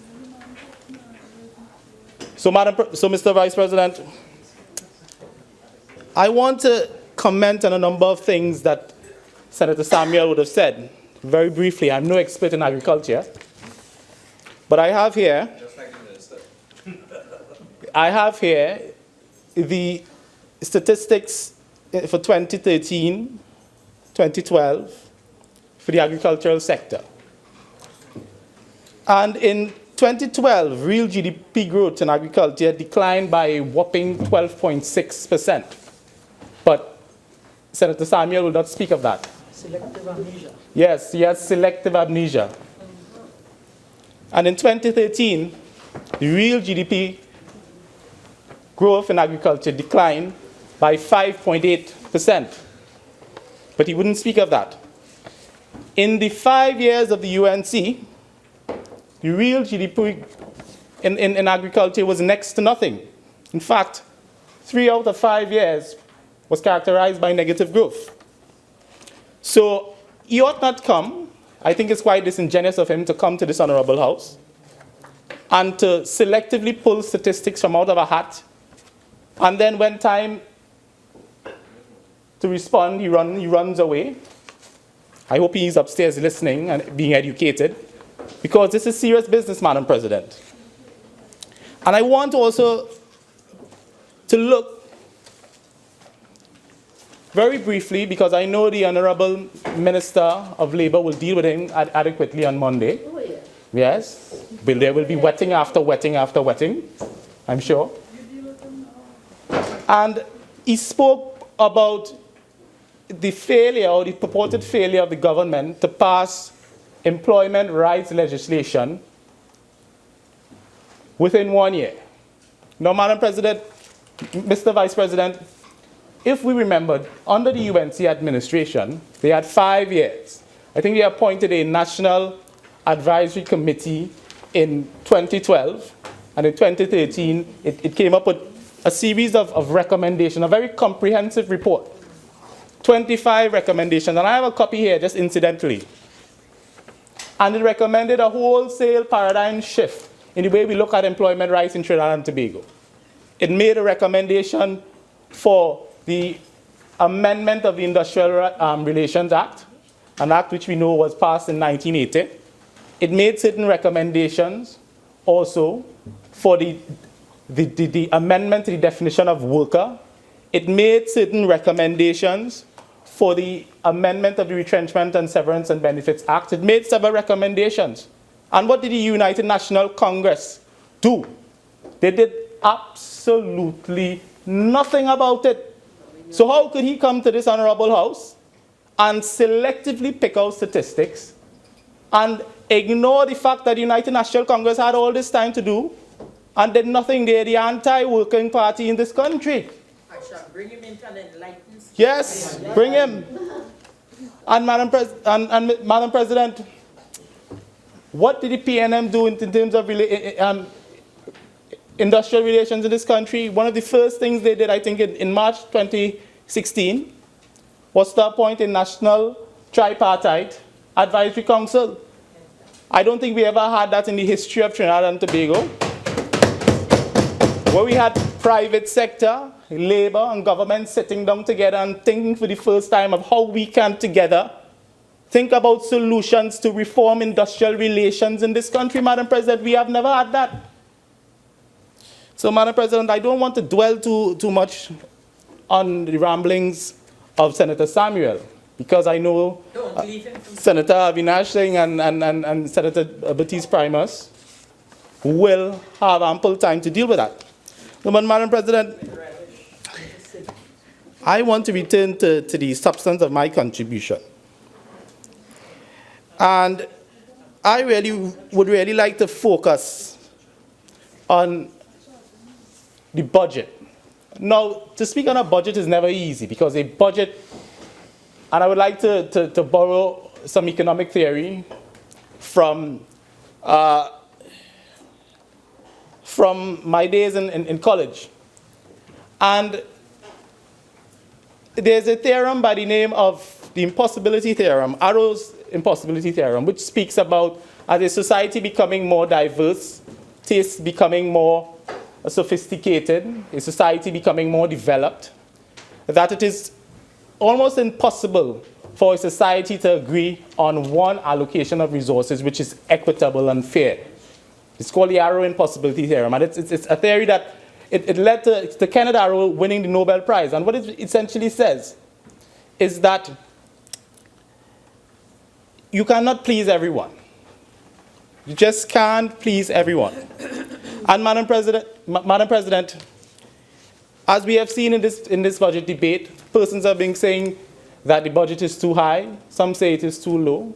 And I think someone says, whenever you hear that amount of confusion, you know perhaps that you have gotten it right, Madam President. And I think when I've punched the numbers, that Trinidad and Tobago, in the state that we're in, the budget is a remarkable one.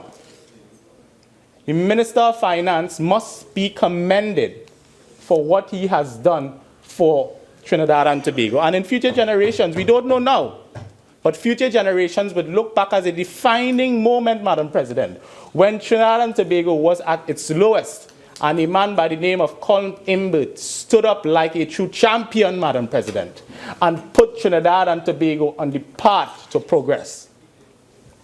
Now, Madam President, I want to speak about what I have noticed from a macroeconomic perspective. Now, the macroeconomy is very important because it reflects the totality of our economy. And I would get further down into the microeconomy and what I have noticed in the Office of the Attorney General and Legal Affairs. But before I want to get to that, what I have noticed is that there is no explanation, there is no plausible explanation to me why a past government in the 5 years has spent record numbers of a record quantity of money, right, at a time when oil prices was rising from a low in 2009, with average oil prices at $90 WTI and gas prices at 3.5 US dollars MMBTU. And we had record government productivity, so they say that's the figures in terms of real GDP growth of government expenditure. And yet the past government, UNC government, only recorded 2 years of economic growth. Madam President, it is mind-boggling. I cannot understand it. I've asked economists to explain it.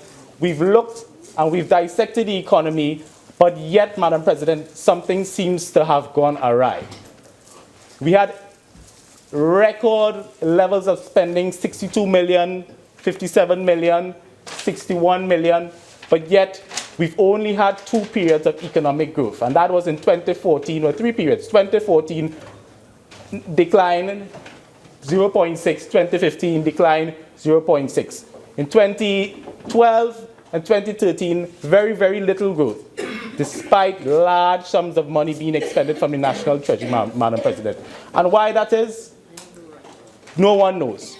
A number of theories have been proffered, Madam President, and it's one of the theories that I really want to explore. No one in this country, as far as I am aware, has looked at what the cost of corruption is to the national development of this country. No one has said it. But I've seen a lot of senators here today. I think Senator Richard spoke about it, right?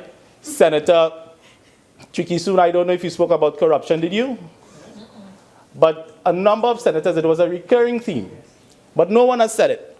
There was a study, and I would like to quote, a study done by the Trinidad and Tobago Transparency Institute in 2009, which contractors were basically asked in the construction industry about bribery and corruption within that sector, whether or not, for instance, they had been ever approached by any a government official for a bribe.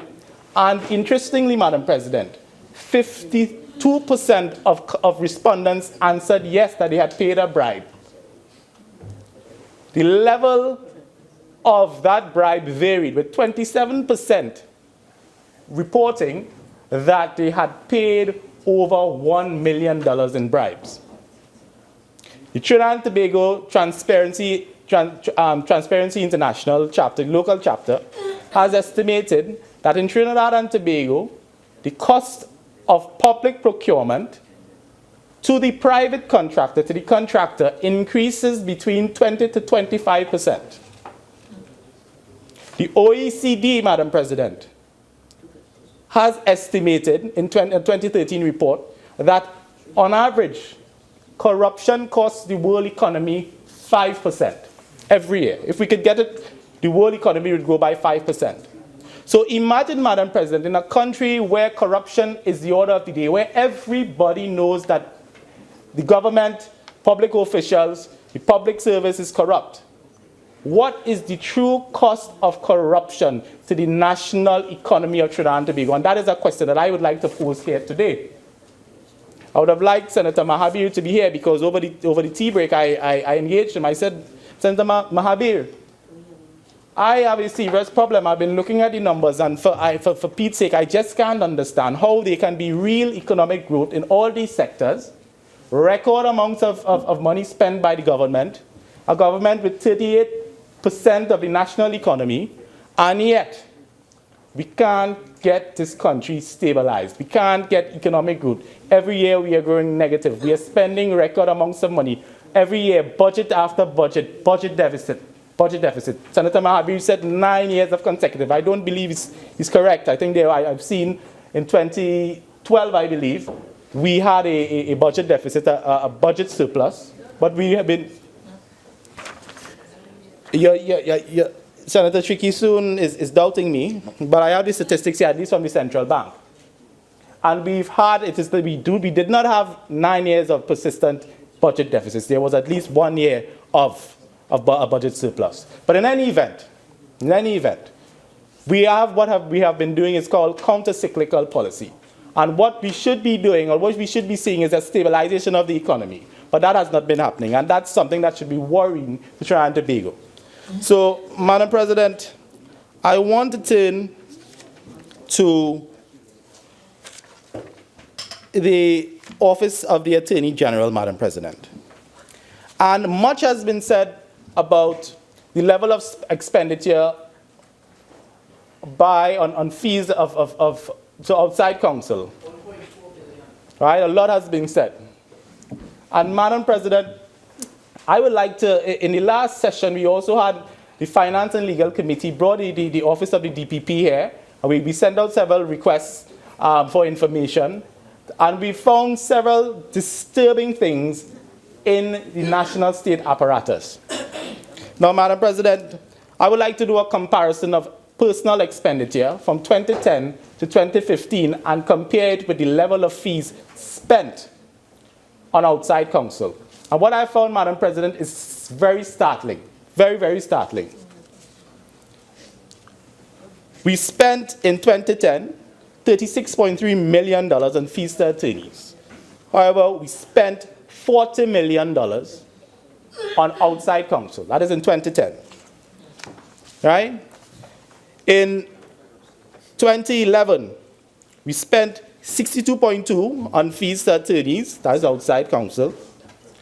But remuneration to staff at the Attorney General was $44 million. Again, a disparity.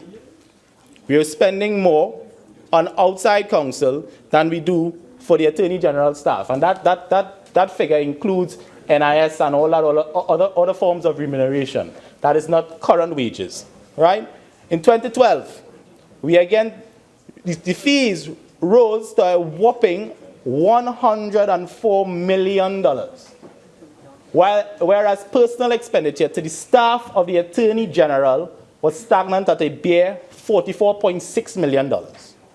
In 2013, Madam President, the former administration, they spent $103 million on fees again, where the staff of the Attorney General's office only got $45.7 million.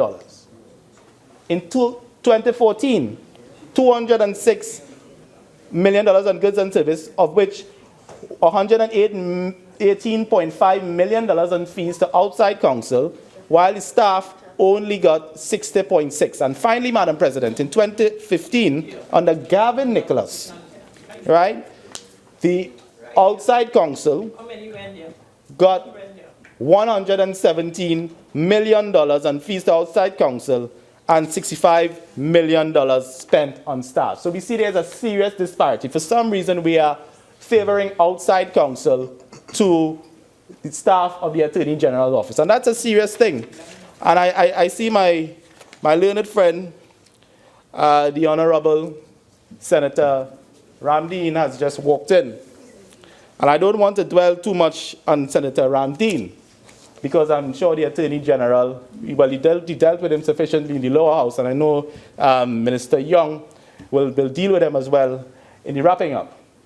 However, Madam President, the Hansard reveals that the said Mr. Ramdeen, Senator Ramdeen, would have received 35, or he would have been invoiced $35 million. And if I'm incorrect, that is the figure that the Attorney General would have quoted, and I'm sure if he's incorrect, your colleagues will take him to the Privileges Committee. So, what I would like to say, what that relates, and if one attorneys at law in Trinidad and Tobago are governed, there is some sort of rules that we live by.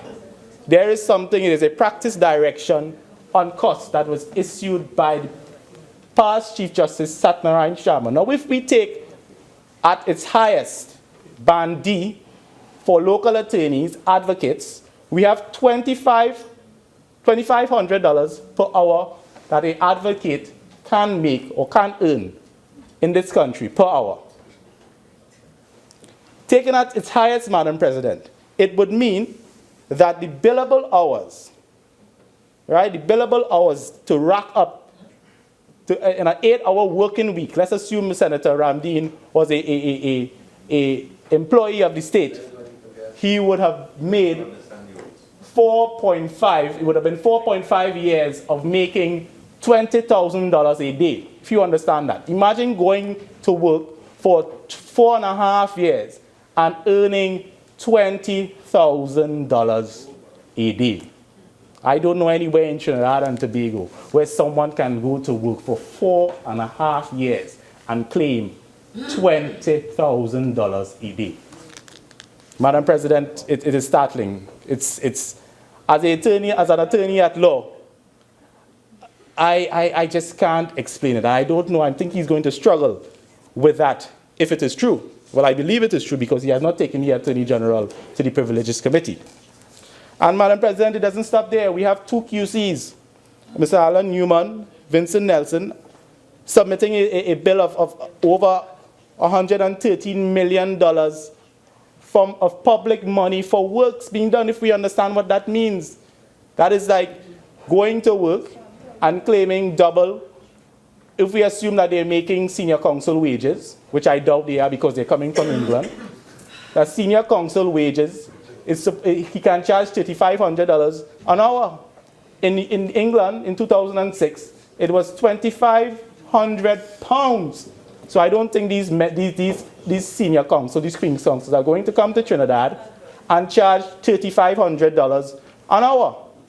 But if they are, Madam President, it would mean, Madam President, if they come to Trinidad, $35,000 an hour, at the rate that they're charging, they could have been employees for 5.6 years, and be earning a month $56,000. $56,000. And Madam President, there is really no difference in quality between the senior counsels in Trinidad and Tobago and the Queen's counsels in the United Kingdom.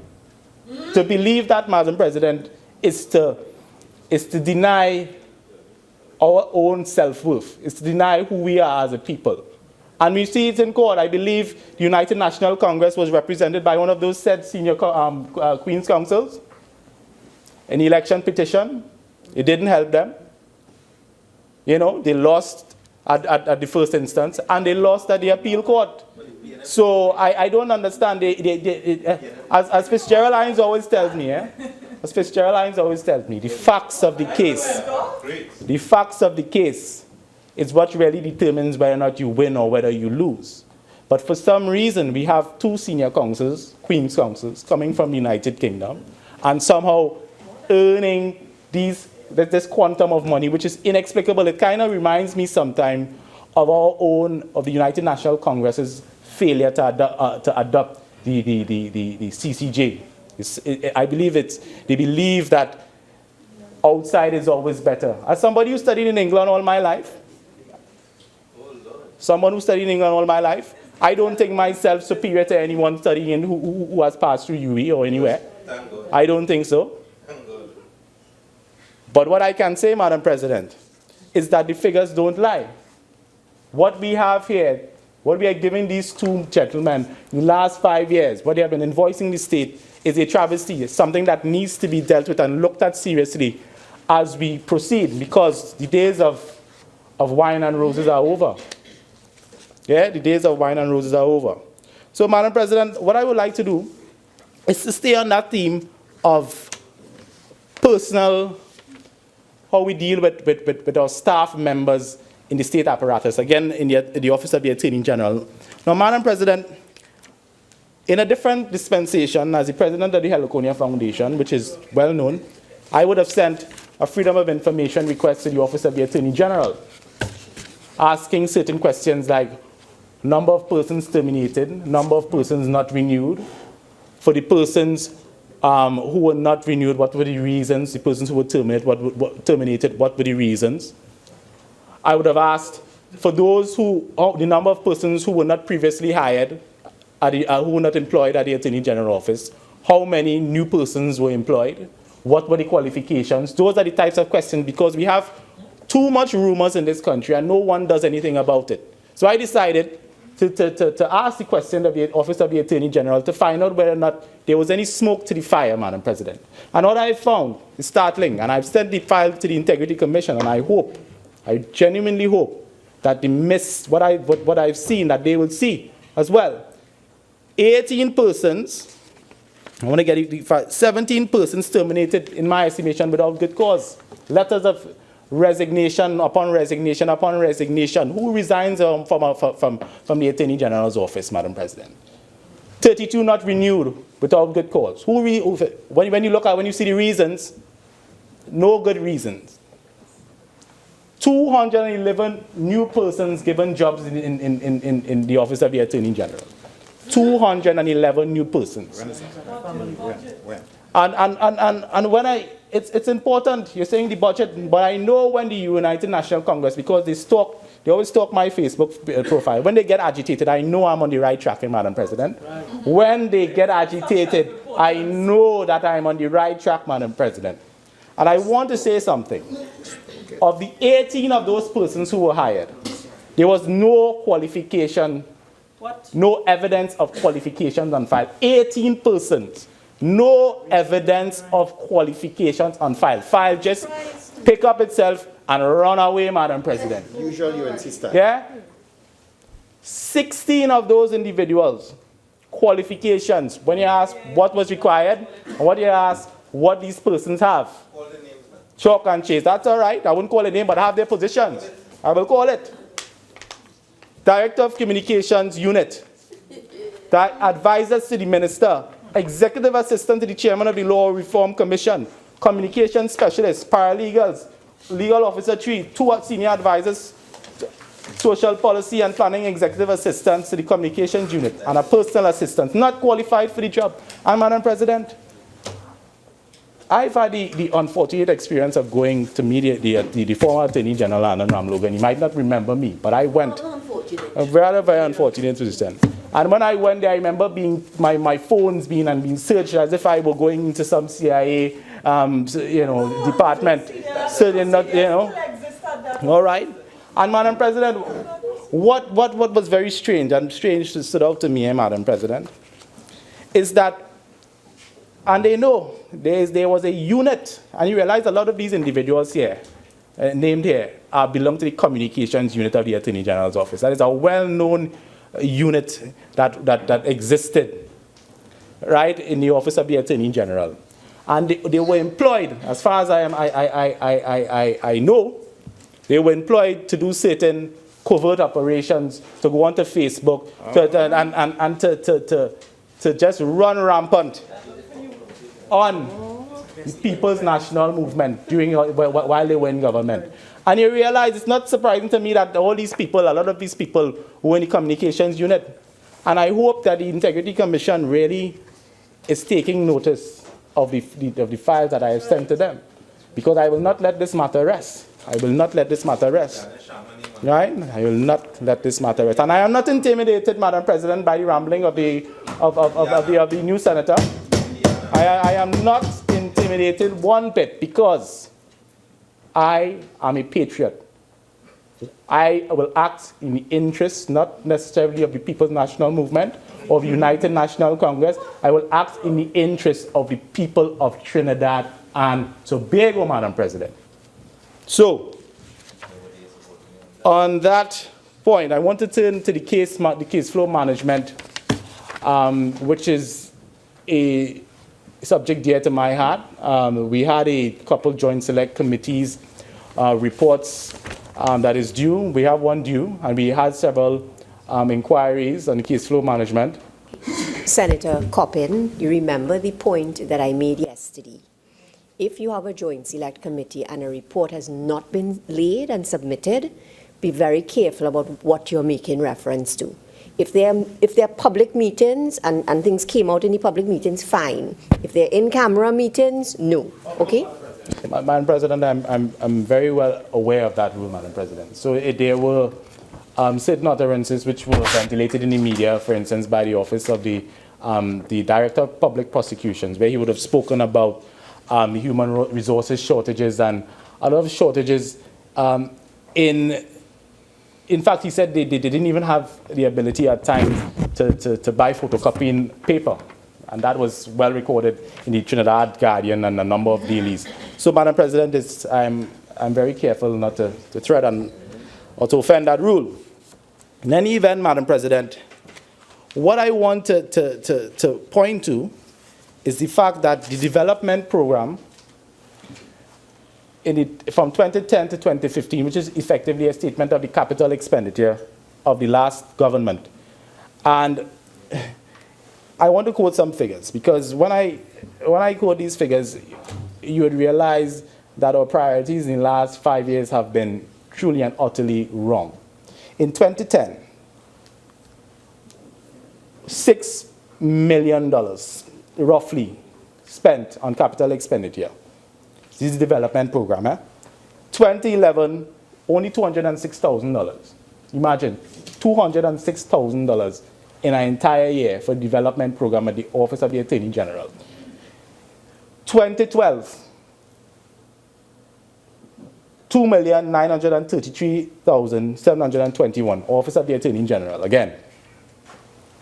2013, $5.6 million, right?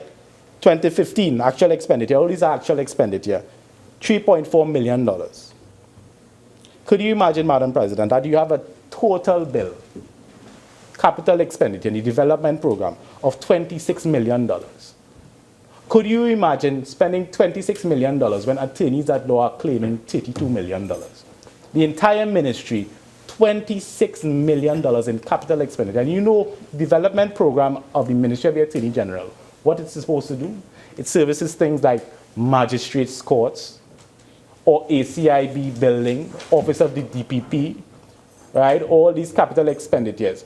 How could an attorney or attorneys at law, Mr. Akbar Ali, apparently he's Guyanese, claiming $35 million, more than the development project, our own senator, Senator Ramdeen, $32 million.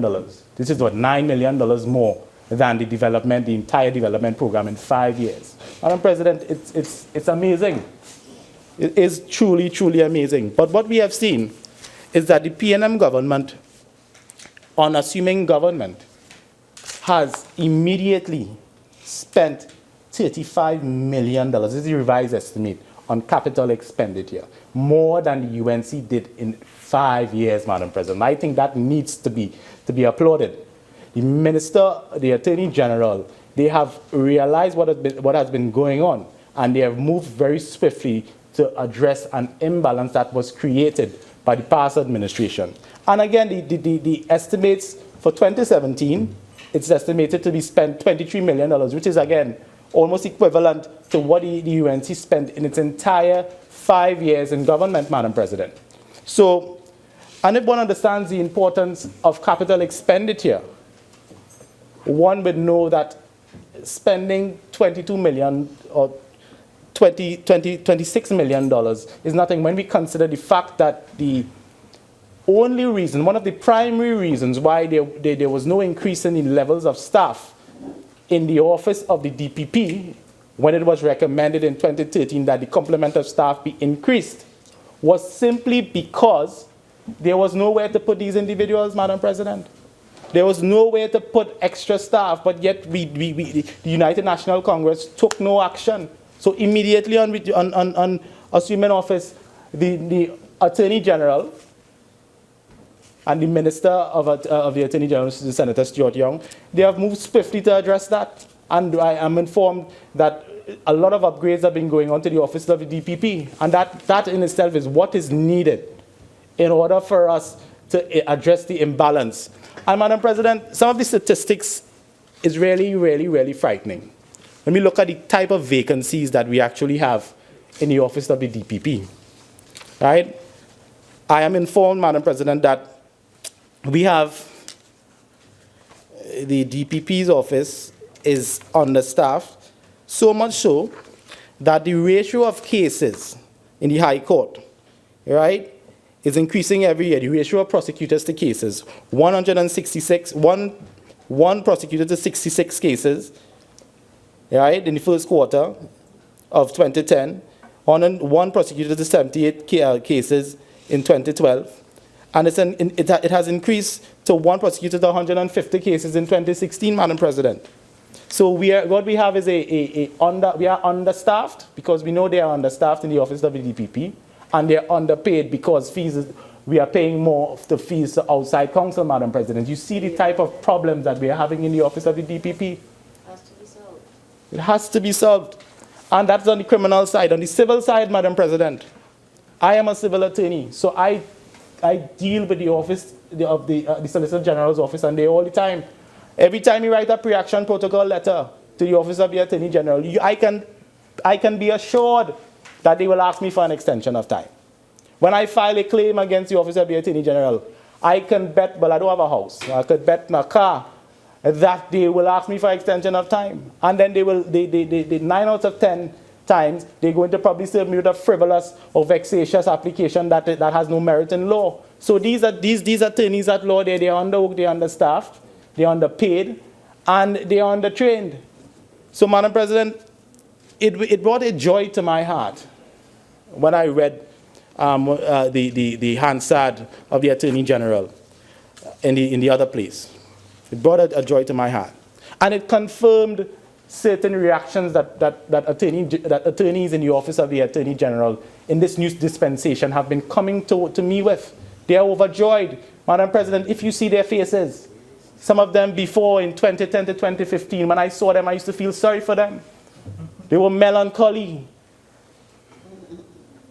But now their cheeks are rosy, red. Very nice. They are being trained, Madam President. They're being trained. They're being trained, and I see in FIDIC, and if you know about the construction industry and the yellow book, red book, it's important for attorneys to be trained, to be given the requisite training, Madam President. Senator Coppin, you have 5 more minutes. And Madam President, there have been no massive layoffs in contrast to what we have seen in the time of the Anand Ram Logan and Gavin Nicholas debacle. There's been no massive layoffs in the office of the Attorney General. And this is there for everyone to see. Fees, Madam President, have decreased in the last financial year to $30,000. Could you believe that? $30 million. That is less than the 2010 levels, Madam President. And this year, right, this year, it is estimated that fees will be only $70 million. That is less than the 2011 levels. And Madam President, personal expenditure has been increasing. That is expenditure on the staff. So we are starting over, Madam President, this administration, and we're bringing efficiency to the system. We're bringing efficiency and parity to the system. So, Madam President, there's not much more to say. There's so much more I wanted to say, for instance, on the legislation for the civil registry, the civil registry, which will have the beneficial ownership of persons. That's a concept that has been borrowed from the United Kingdom with the 4 MLD directive that was passed. The United Kingdom is doing it as well, having foreign companies that are going to be contracting with the state, being it mandatory for them to show who their beneficial owners are. And that's something that is going to truly benefit us in Trinidad and Tobago, where everyone knows that someone is stealing, but no one really knows. You know, Madam President? And there's going to be confiscation legislation. I hear the Attorney General is being touting. That is also going to be a welcome piece of legislation. So, Madam President, I would like to thank you for the opportunity for contributing to this debate, and I hope that the words of my mouth and the meditations of my heart is acceptable in the sight of the Almighty. And I thank you.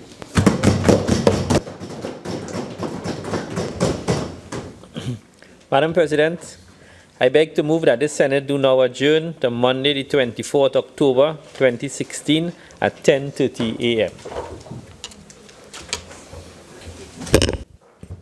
Honourable Senators, the question is that this Senate do now adjourn to Monday, the 24th of October 2016 at 10:30 a.m. All in favour say aye. Aye. Any against? The ayes have it. This Senate now stands adjourned to Monday, the 24th of October 2016 at 10:30 a.m.